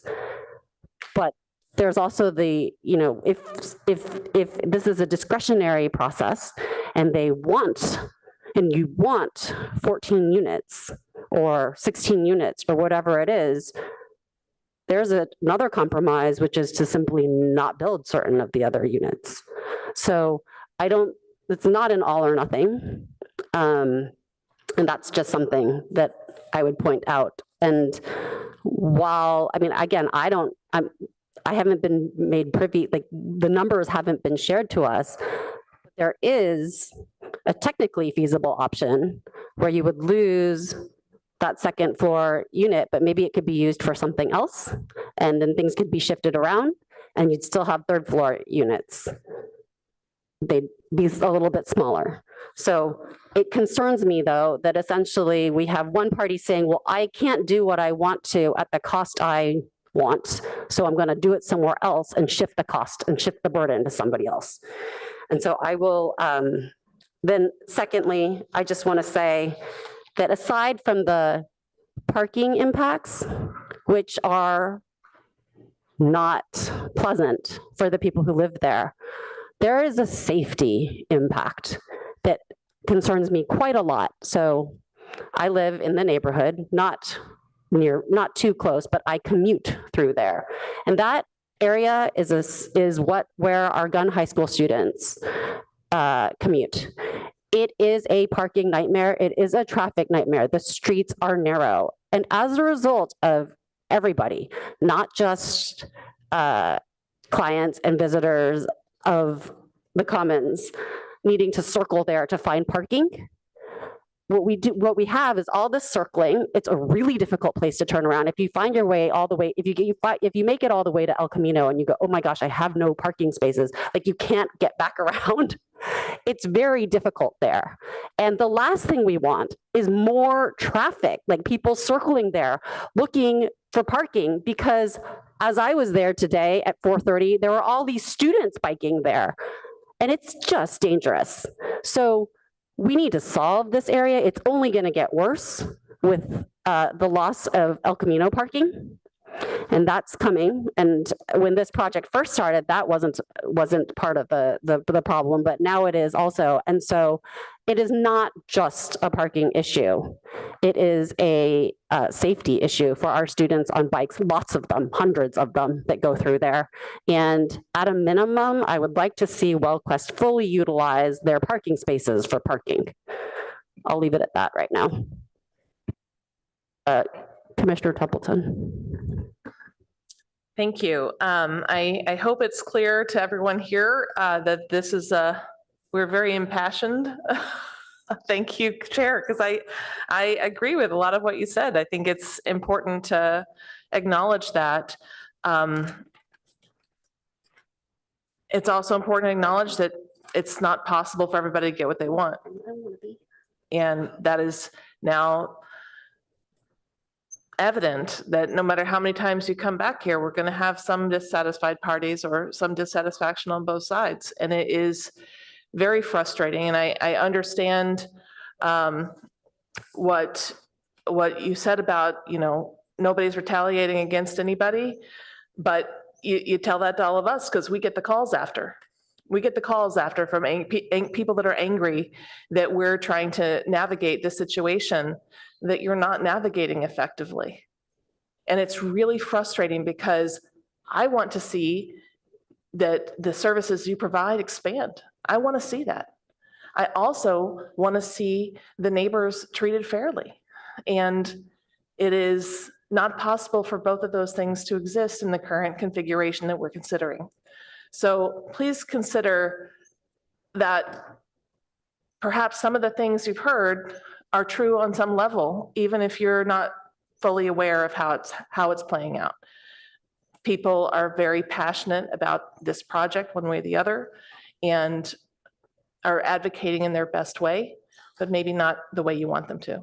So I would propose that as we figure out how we're going to move forward, that we understand that a parking plan has to be part of the solution, and that we think about any changes that we make to the requirements not be that nature of moving the goalposts, because we have talked to them several times and they have come back addressing many of the things we requested, not everything we've requested. So that's probably where I'd like to start formulating a solution. Thank you. Commissioner Suma. I was just going to add, with regards to the safety of the bicycle route to school there, that a member of the public did send us photographs, and there's also a problem with people because the parking is so in need there. Parking in the bike lane. I mean, it's really scary that that's the safe route to school. And there's also a brand new building that was stalled for years that looks like it's nearing completion, which, as I recall, is underparked, and that's going to be competing for parking now in the same area and there's no parking on El Camino anymore. And that block of El Camino, the stretch of El Camino along El Camino Way is always parked. So I think we've got a real nightmare here, and I think it's very lucky we haven't already had problems. So I just wanted to pile on and add those two things, because there's going to be even more competition for parking in this area when that building is finished. Commissioner Heckman. So I want to talk about the structure now. I want to start with a few questions to just help me make sure I understand the layout. So when I look at the plans, I see on the Wilkie Way side, there are 2 first floor additions. Each is just slightly under 90 square feet. And maybe Ms. Callis, pull that up. Yes, that's correct. The Yeah. first floor additions proposed to be used as office. One is 85 square feet, the other is 87. Okay, all right. And those are office use. That's the idea, correct? All right. And then the second floor, the staff report says that one of the adjustments perhaps made since we last saw these plans was that the second floor was stepped back to approximately 2 feet, I think. And so I read that at least one of the neighbors who showed an image, the image at least portrayed a pretty flat face of first, second floor. And so, I guess I'm looking for confirmation that there is a step back there for all of the new second floor. Yes. Let me see if maybe the next page shows that a little more clearly. There was, yeah. But certainly there is a page where the second floor additions are dimensioned. They're all approximately 12 feet. I believe the section where it showed that it was flat is specifically for the addition that is at the end of the building, not facing Wilkie Way. Okay. Okay, thank you. And then of the 9 units facing Wilkie Way, how many of those are third floor units? 5 of them are third floor units, 4 of them are second floor units. Okay, thank you. All right, that's helpful. So at my house, I have 4 backyard neighbors, 1 on each side and 2 in the back because the next block over is kind of slid over. And when I bought that house almost 30 years ago, I did not anticipate that all 4 of them could build a 16-foot tall ADU 4 feet from my back fence. But they can. They absolutely can. And if they do that, it will unquestionably affect my air and my light, and unquestionably, to some extent, affect what I would call my quality of life. And I think our state legislators, when they imposed that base regulation as implemented by our city, they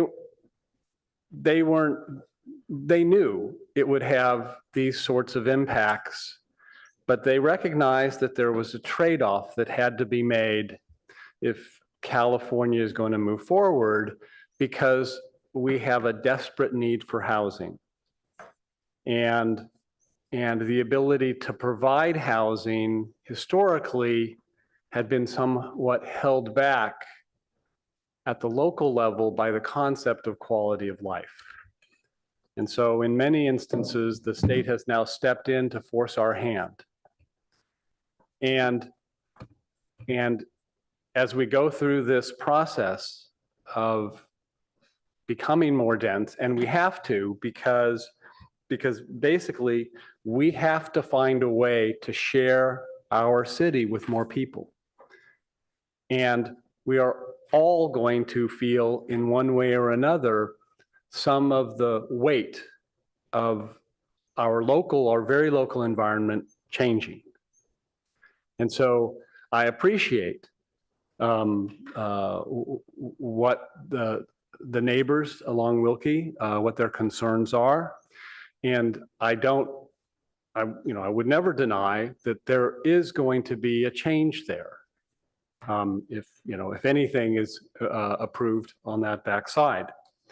But my belief is that we all have to, this is one of the contributions we all are going to need to make to keep living in the city as it becomes more dense. We're going to have to accept some of these things. And when I look at this particular plan, and having visited the neighborhood, my impression is that the second floor units aren't, again, to my eye, a significant impact in terms of loss of light, because behind where those units are going to be built, there's already a wall. So that wall is coming closer by the width of the unit. And similarly, the third floor additions that I was able to discern are all built attached to, there's no new third story element. It's really expanding existing third story elements. Those, I think, will have some effect, because those will go up into they will block view of sky. And so that will have some effect. Those are set back 20 feet, which is a number that some of the commissioners had talked about, starting much lower, of course.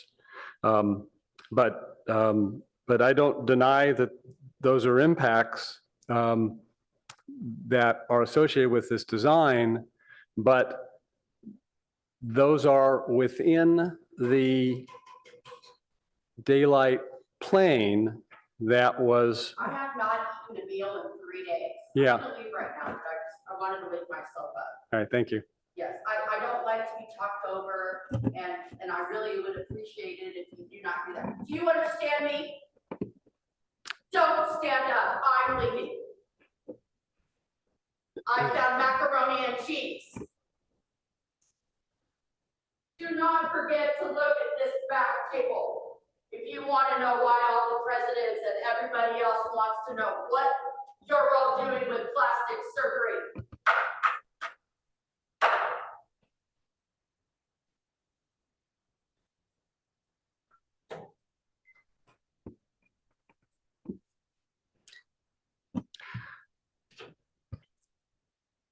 So when this project was approved in 1987 and maybe built in 89, a decision was made in this PC, and incidentally, my understanding and my work of PC zoning is pretty much as our city attorney described. It's an opportunity to create flexible zoning that doesn't match anything in the city. You can use different elements of your existing zoning as guidance, but you can pick and choose to make the best project. And I don't even know for certain that back in 87, they were required, because it's a PC zone, to use this particular daylight plane, but they did. And to me, it makes sense and it's consistent to continue to apply it now. And when you do, all of the new structures conform to it, which is not true when this plan first came to us. There were protrusions into it. Those have been pulled back to honor that. And again, this is a different world than it was in 1987. They didn't have the housing pressures that we have now. And I think that this is a kind of housing we very, very much need. And there aren't many places to add 16 assisted living units. Obviously, at that scale, you can't just build that small place. So you're looking to, somebody's going to have to add on or build a brand new one. And I do think finance, this notion of, well, you should build them somewhere else and, so what, maybe it'll cost you more money, that is, that's not how the world works. We need a lot of housing coming into the city, and every unit that gets built between now and the end of this RENA cycle is going to be built by somebody who wants to make a profit. Every one of them. That's how things do get built.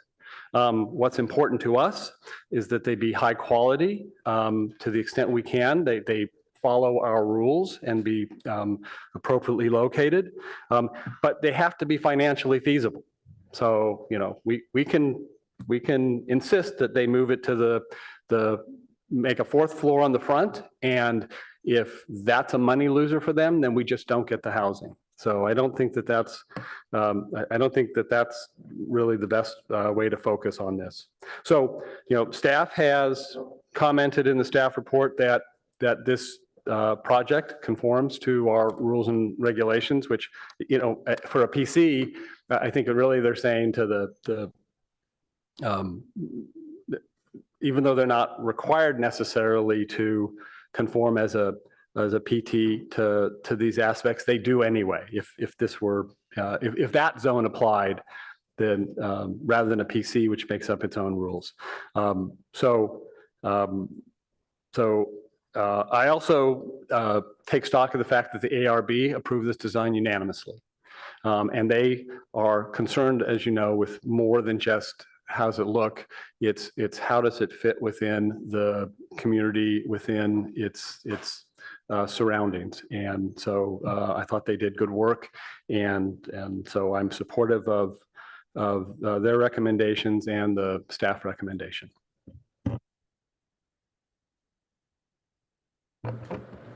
Commissioner Suma? Thank you, Chair. I appreciate some of the points that you've just made, Commissioner Heckman, but I think what's different about this than your property, since you referenced your own property, is that this is a very vulnerable place where two zones abut. It's really important, I think, that we protect the people closest, abutting, adjacent, right next to this. And that's the difference. I mean, you live in, since I happen to know which house is yours, you're surrounded by R1. I think and that's why these transition zone rules and the setbacks and daylight planes is so important, because it makes a harmonious situation where the zones abut. Interior to a zone is a different situation, I feel. And I do not feel that it is. Well, and I will remind everyone, this is not, staff is sort of viewing it as residential, but it's actually commercial. It doesn't help with our housing allocation. It is very expensive housing, so it doesn't help with what I think is a true housing problem in California, which is the affordability of the housing here, or the lack of affordability. So I don't know. I also I'm having a hard time making the findings on packet page 30. And I'm puzzled by I'm not an architect, but I've been in a lot of parking garages, and I'm puzzled about the comment of losing parking spaces if you were to build over it because of pillars. I mean, usually the structural elements are in the interstitial space you got to have anyway between cars, so that you can open the doors and get out of them. So that's a puzzling question to me. And I would say that what it feels like you're doing is saving money for this project. And as the chair said, we're not privy to all the financials, so we have to guess on a lot of this. But it definitely feels like you're gonna make their houses less valuable. Because I have been behind these houses, and this building really looms. And that's with the step backs that were intended to be there. And it's gonna be really looming a lot more. So I'm still not convinced. And I think all these questions, I think one hard thing that I see happen over and over again in my 8 years on the Planning Commission is that projects, and I don't know what happened here, I'm not saying that, but the applicants aren't listening to the staff and the review process, and making enough changes. They want what they want, and it gets so far down the road, and then we feel like it's unfair to say no to something, which is not really a balanced, good project in that location. So it's very hard for me to support this, as wonderful a use as it is, and we all agree, as I said.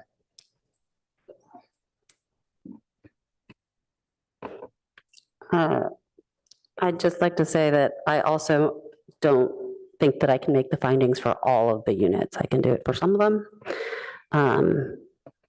but not the ones on the backside for Wilkie. And I really wish I could have heard from the ARB a little bit more about how they made their findings. But as that is not possible tonight, I don't think that I can support all the units. So I'm not seeing other lights. And what we need to do is, when we look at PCs, we need to look at the findings. And so what we need to do is say whether we can recommend it according to the findings or not. So is there anybody who would like to make a motion?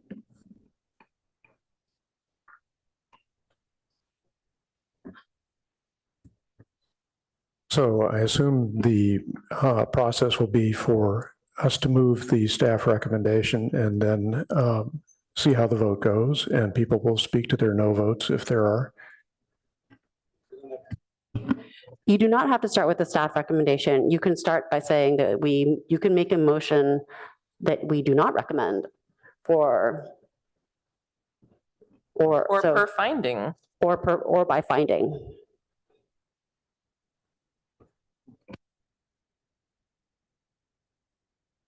Is that useful to have a breakdown per finding? Staff, Ms. Armour or Ms. Callis, is it useful to have a breakdown by finding? What we would recommend is that if one member of the Planning Commission were to make a motion, and that motion would be either to recommend approval or recommend denial. It could also include recommend approval with modifications, and that it would be based on whether you feel you can or can't make the findings. If you are recommending denial, then it should include specifically which findings you don't feel you can make. You do not have to talk to all of the findings, but as much detail as you can provide. If you are recommending approval, then you would need to speak to each of the findings, either recommending the description provided by staff or any changes you would make to that. Okay, and by changes, just to be clear, you don't mean substantive changes, you mean changes in justification. Correct. The finding itself does not change. The explanation for how you feel you can or can't make the finding is what might be modified based on the beliefs of the commission.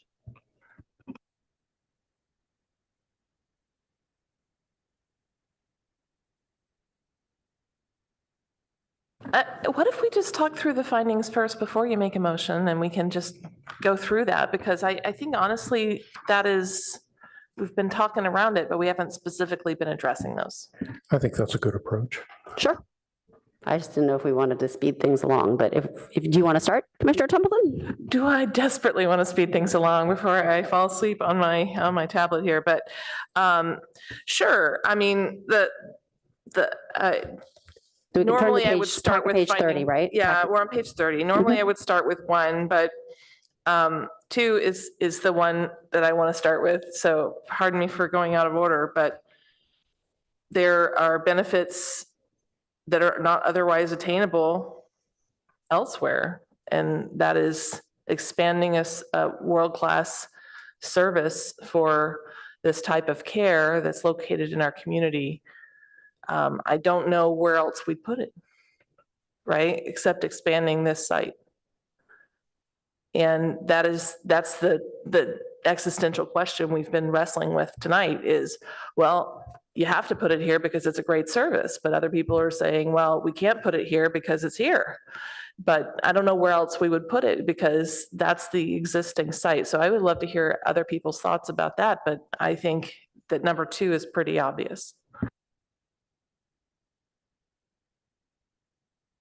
I'm not seeing any lights, so I will go. I cannot make, so I can certainly make the first finding that the site is so situated and the users are, that it needs a PC in order to do this, sure.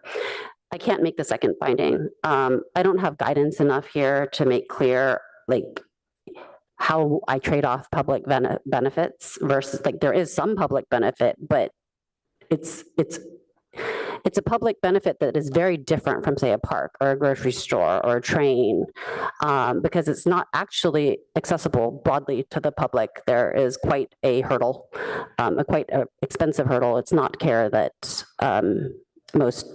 that many people can afford. I called for the rents, and this is rents only, $8,300 to $9,100 for a 1-bedroom. $7,450 a month for a studio, and that's just the rent. That's not the assessment of care as one data point. My family friend who had somebody there this year, it was $11,200 for that person with moderate level of care. I mean, so that's just one data point, but it is quite pricey. It is definitely something that's needed, but how do I balance,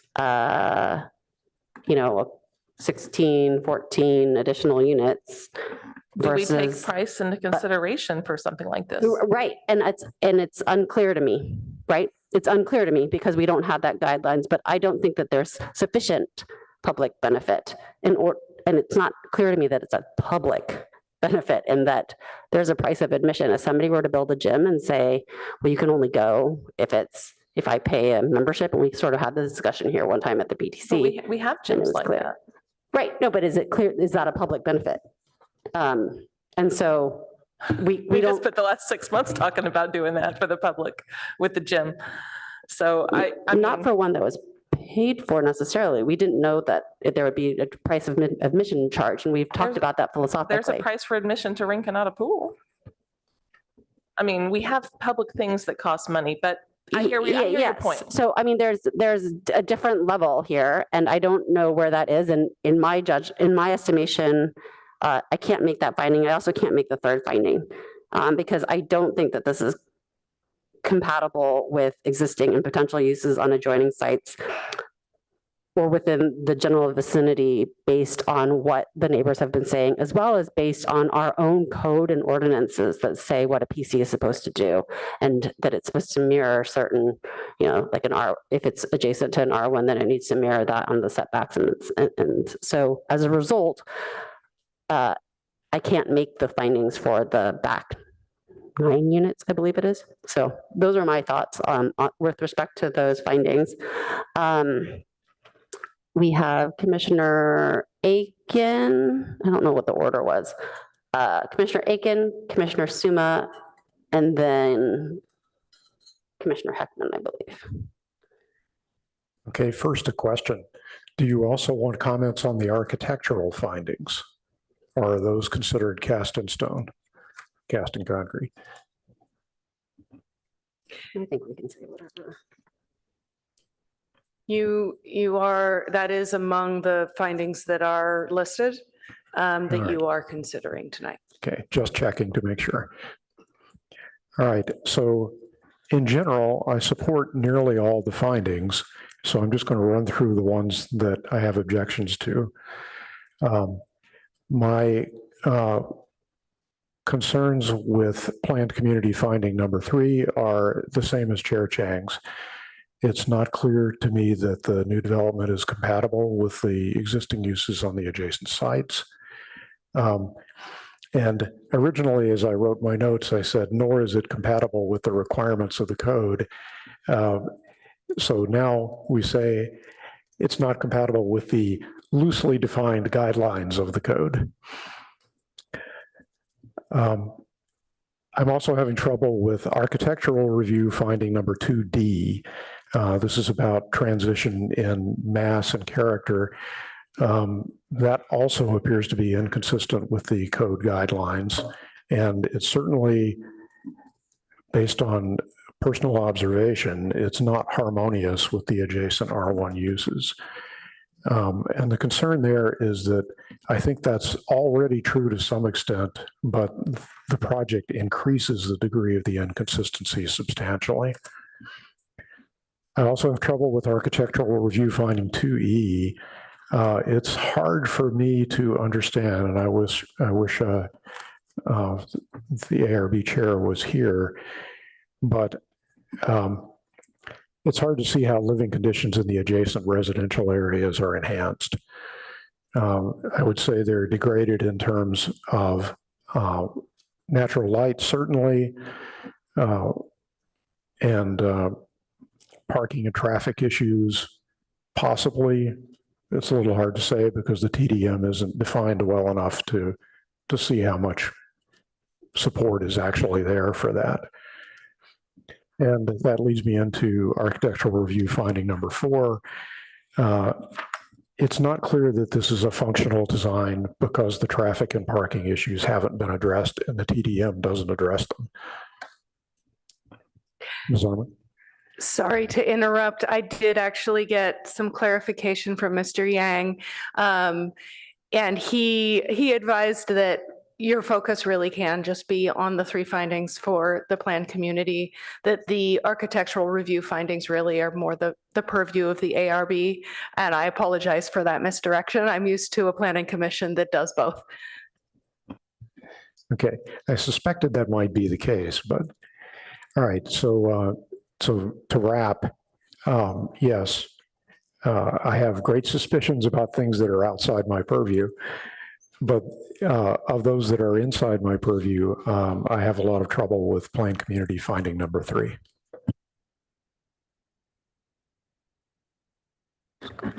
All right, then I won't tell you anything about the architectural review findings, but I will tell you that I cannot make finding 2. And I cannot make finding 3. Finding 2 about the public benefits, I actually thought, but maybe I'm wrong. I read that the 3 public benefits offered for the existing Palo Alto Commons, I thought those were, when I read the staff report, those were at the initial time, back 14 years ago. Those aren't being suggested as public benefits for this edition, right? Yes, I don't know if Mr. Yang has any input on why that's part of the format of the ordinance. Well, so anyway, those are public, oh, sorry. Well, I guess I would just say we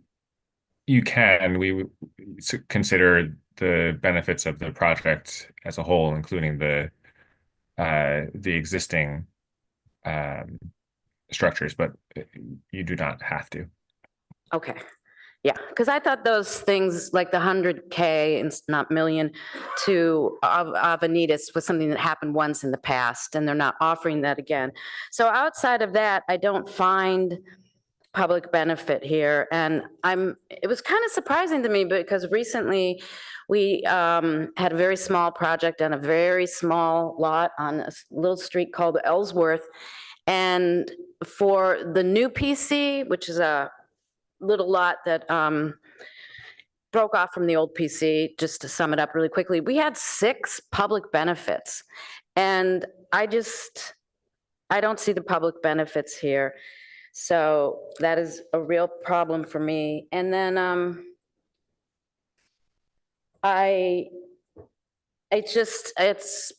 it's not possible for me to consider it compatible with the rest of the neighborhood. It's certainly compatible with what's on El Camino Way, but not with the other part of the neighborhood. So, thank you. Commissioner Templeton? Oh, sorry. Commissioner Heckman, then Templeton. Thank you. So, you know, as I read these 3 PC findings, it's pretty clear to me that at least the first two were designed with a new PC in mind. And that's why I think it's a little bit of an awkward fit here, because we don't have a new PC here. We have an existing PC that we're amending. And that's doesn't happen maybe often enough in Palo Alto for us to think about a separate set of findings for them. But I think as we look at these findings, we have to keep that in mind, that we have to adapt what was really for a new project to adding to an existing project.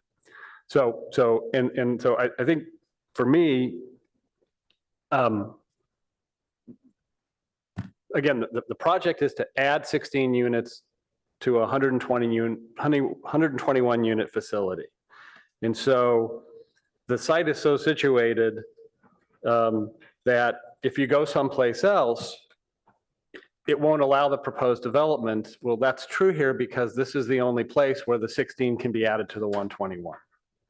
And again, it's an odd fit here because really what these first two findings are meant for with a new PC is, do we really have to use a PC here, right? Is there some regulation that we have, some other zoning district that this concept, that we can make it fit?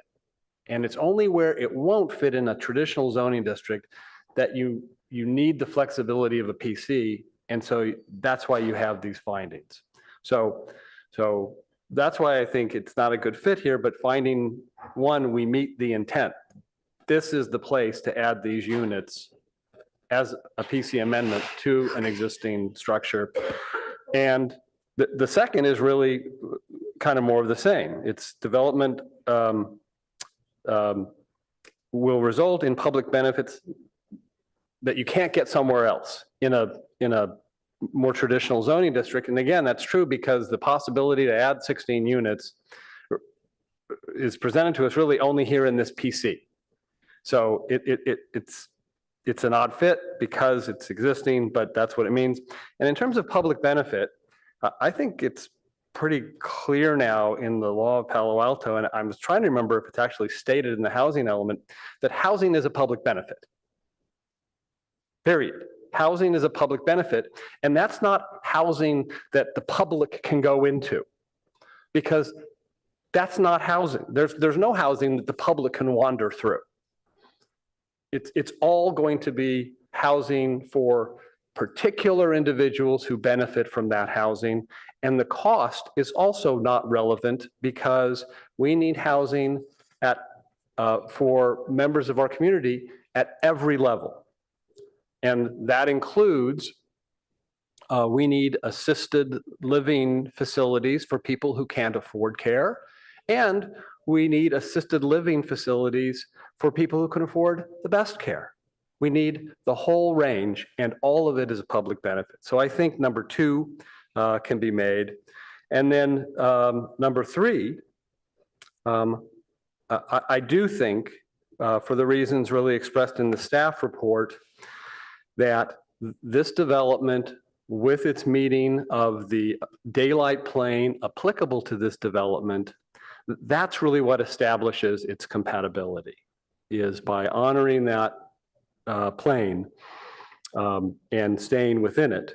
It provides the amount of air and light guaranteed by that plane. So that's why I think in this transition use, which I agree with Commissioner Suma, this absolutely is, that's what makes it compatible. Thanks.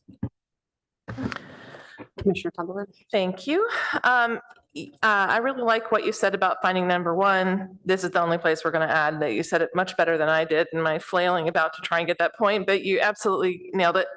For finding number two, just thinking about some of the things that have been discussed here tonight, and particularly the comments that Chair Chang made, I'm wondering if we can understand public benefits in a way that we can make it clearer to all the parties involved, and what role can we play as the Planning Commission in helping direct that. So the two things I'm thinking of are the parking program. We should establish a parking program for that part of Ventura, and the company that will benefit from it should make sure that that doesn't cost the residents for that program. That would be a public benefit, right? Instead of having to pay the $50 fee for your little sticker or whatever, you have that covered for some period of time while establishing the program. So that's a possibility. And the other is thinking about the uses of the street that will be affected on the public side of the street on El Camino Way. You're right, like students are using that, people who are going to Gun and Keys and other neighborhood uses, as well as the business uses. If that area needs to be improved, let's make that part of the project too, and find ways to figure that out and make sure, like if those two things were addressed, the benefit to the public would be very clear, right? The neighbors would not have people parking in places where they shouldn't, and the area affected by this development would be safer. So those are some possibilities that we could suggest to council instead of kind of completely putting the brakes on it. We could say, this would be a better version of this project, right? That's something within our capabilities. So if we were to enhance some of the public benefits and make it not just the pre-existing benefits, but also, the additional ability to serve more people in the community, but also to make sure that the impact on the neighbors is minimized and that it's safer for all the users of that street because it will be more congested or whatever reason we want to give for that. So that if that was the case, we could do finding number 2. And for finding number 3, everything that Commissioner Heckman said is I second that. Thank you. Are you talking about establishing a residential parking permit program in the neighborhood as part of this project? Well, I don't know that we can do that, but we could recommend that as our feedback if we send this to council. I don't think so, actually, because the residential parking permit program rules are all laid out, and it has to start with the residents requesting it and satisfying it and going through a lot of, I don't think we can do that as part of this project. We don't have to accomplish it now. I'm just saying that those are ways to sweeten the pot. And we have a lot of active residents here who would be happy to hear from experienced people. Yeah, but it's a really, the program is all laid out how you apply for it. And we, as a commission, can't do that. They have to initiate it, and there's a lot of work you have to do. So I don't think that can be part of the benefit.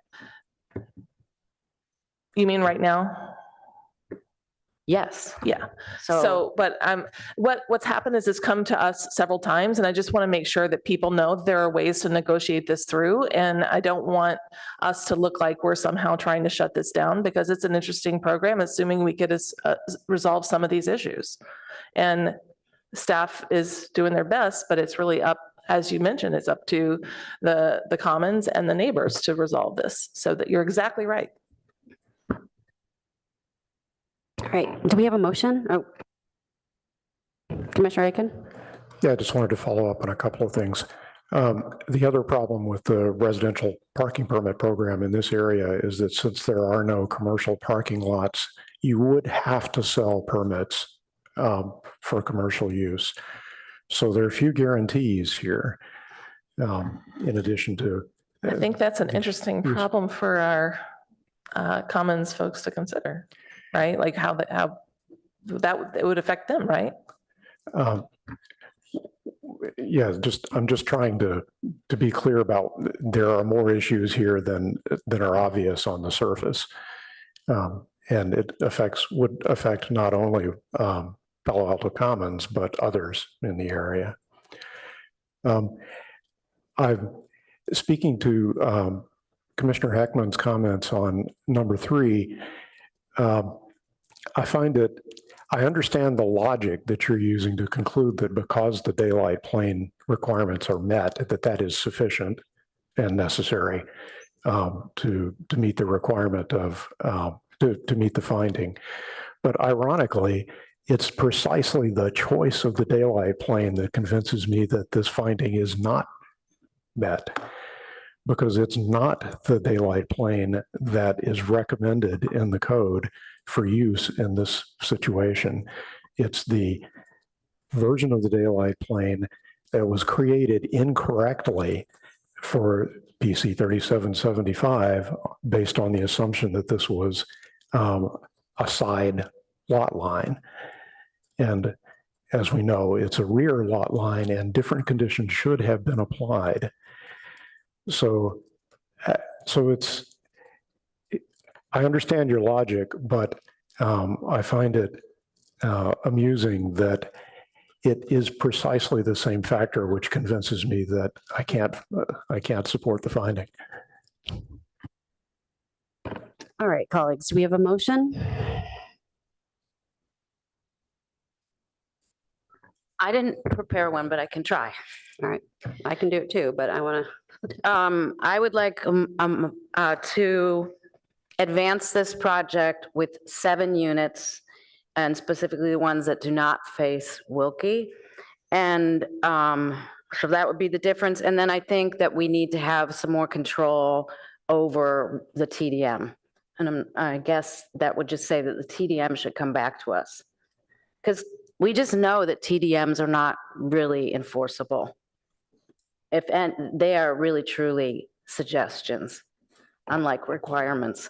But so that would be, so my motion will be to advance the project with a recommendation that that it have the 7 units that do not face Wilkie and not the other 9. And that the TDM would return to us. And that the TDM would return to us. I can second that motion. Okay. Would you like to ask me if I want to speak to my motion? Would you like to speak to your motion? No, because I think I've spoken enough already, but thank you. Ditto for my second. Commissioner Tumbleton. Yeah, so you're suggesting that we move this project forward with 7 instead of whatever they started with, like 18? 16 today, but is that correct? Yes. Okay. It's interesting because it's going to be hard to navigate how to object to that. So what I would suggest is there any way you could have more than 7? Well, I haven't been given any information that shows me how to put the other 9 without really negatively impacting the lives of people on Wilkie. So 7 seems, the 7-9 split was suggested by many of the Wilkie residents themselves. And council can always add it back, or the applicant can try to find a way to say, well, we're not happy with 7, but we think we can do it with a few more maybe. So it's not the number that you're going for, it's the impact on the Wilkie residents that you want to reduce. If there was another way to do that and it was 16, it'd be fine? Yeah. Okay. If they can come back with a project that keeps the 7 that are not facing Wilkie there, and if they want to add more in some other way, but they would have to take that to council. I have a question for you, Commissioner Suma, about your motion, because there's units and then there's office space also. Yeah, I didn't really address the office space. Right, so I wanted to see if when you said nothing facing the neighbors, if that was what we were unclear in our motion about the offices that are on the backside. I don't think the new office should, I realized that right after I said it. Okay. So yeah, so thank you for bringing it up. I will amend it to say the offices that get on the first floor that get closer to Wilkie, and the 9 units that faced Wilkie Way. So essentially you're saying you would recommend forwarding for approval to the council all the construction that's not facing Wilkie Way. Yeah, and Okay. I wished that we had in the plans like numbered or lettered units so I could be more specific, but that wasn't presented to us that way. Okay, so if that's your amendment, then I would second that amendment too. Okay, and then Commissioner Heckman had some comments. Yeah, so just I'm seeing the direction this is going.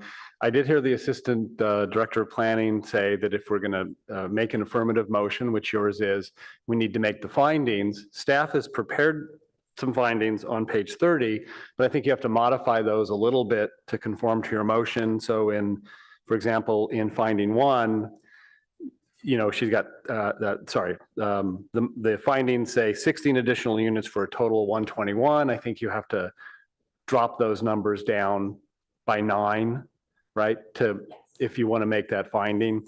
In item 2, I heard your comment regarding the past public benefit, and we heard Mr. Yang say you can consider, but you don't have to. So it seems like your version of finding 2 would be to strike the first sentence and just talk about the public benefit of 7 rental units. I agree that the findings should be edited a little bit to fit the motion. Okay. And then, well, we have to give staff guidance on how you want to do that. So I'm Okay. trying to help you out with that. And then I'm going to leave 3 to you. It may be for your 7-unit motion, it may be written in an acceptable way. But your point is we should explicitly make the findings of all 3 to send this forward. Thank you. Okay. Do I have to put that officially in the motion? Or Yes. Okay. Please do. So also in the motion would be that findings 1, 2, and 3 have to be edited to fit the situation. And specifically in 1, that would change the number of units from 16 to 7. And it would strike the past benefits. And then I don't think you have to change anything in 3. 3's okay. Yeah, so. You have a reference to 16 in 2 to change to 7, the part you're keeping. We can adjust the numbers based on the initial motion. Okay, so then that's an amendment to the motion, correct? So I need to second the amendment again. Thank you. Okay. I am not seeing additional lights. So let's just take the vote on this motion then, I guess. Commissioner Aiken, Yes. Chair Chang, Yes. Commissioner Heckman, No. Commissioner Suma, Yes. Commissioner Templeton, No. motion carries 3-2. Would you like to speak to your no votes?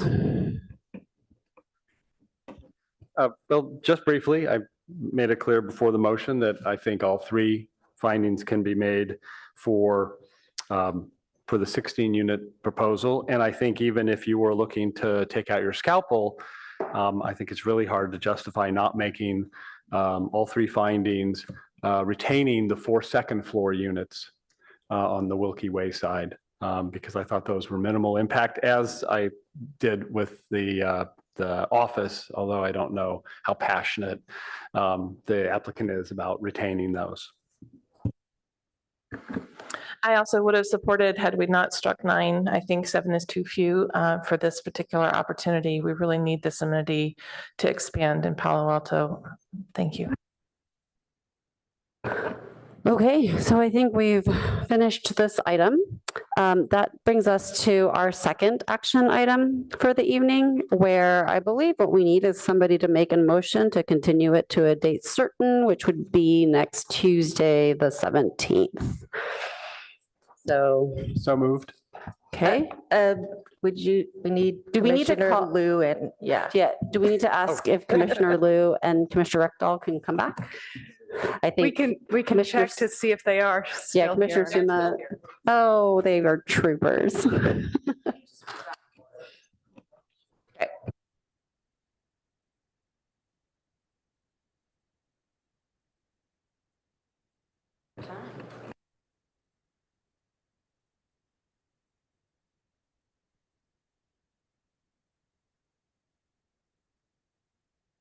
Okay, so we have a motion on the table, which is to continue the second action item, the third item, to a date certain, which will be next Tuesday, December 17th. And Commissioner Heckman has made that motion, and I will second that motion. Do we have any discussion on that motion? Wonderful. Let's take a vote on that, please, Ms. Dow. Commissioner Templeton, Yes. Commissioner Suma, Yes. Vice Chair Rekdal, Yes. Commissioner Heckman, Yes. Commissioner Liu, Yes. Chair Chang, Yes. Commissioner Aiken, Yes. motion carries 7-0. Okay, our next order of business is approval of minutes. We've got the approval of the draft verbatim and summary minutes for October 30th, 2024. I'll move to approve. Oh, wait, we've got another set, actually.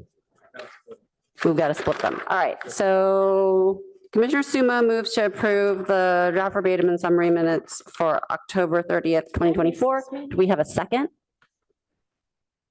Second. Did you miss it?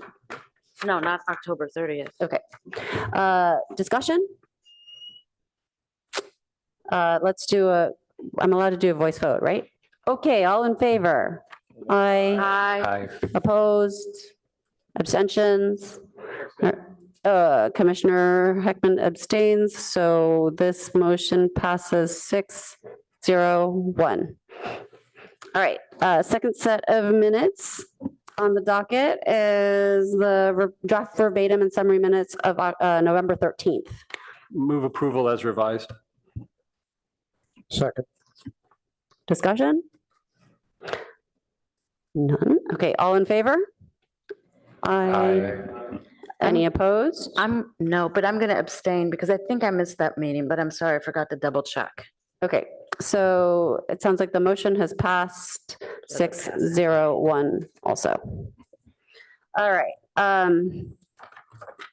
Final order of business, Commissioner questions, comments, announcements for future meetings and agendas. And I did have one thing that I wanted to say, which is after the grueling manual recount, I am really pleased to congratulate our two new council members who are here in our presence today. So Commissioner Liu and Vice Chair Rekdal, congratulations. So yay, hooray. And we hope we've got a direct line to you now.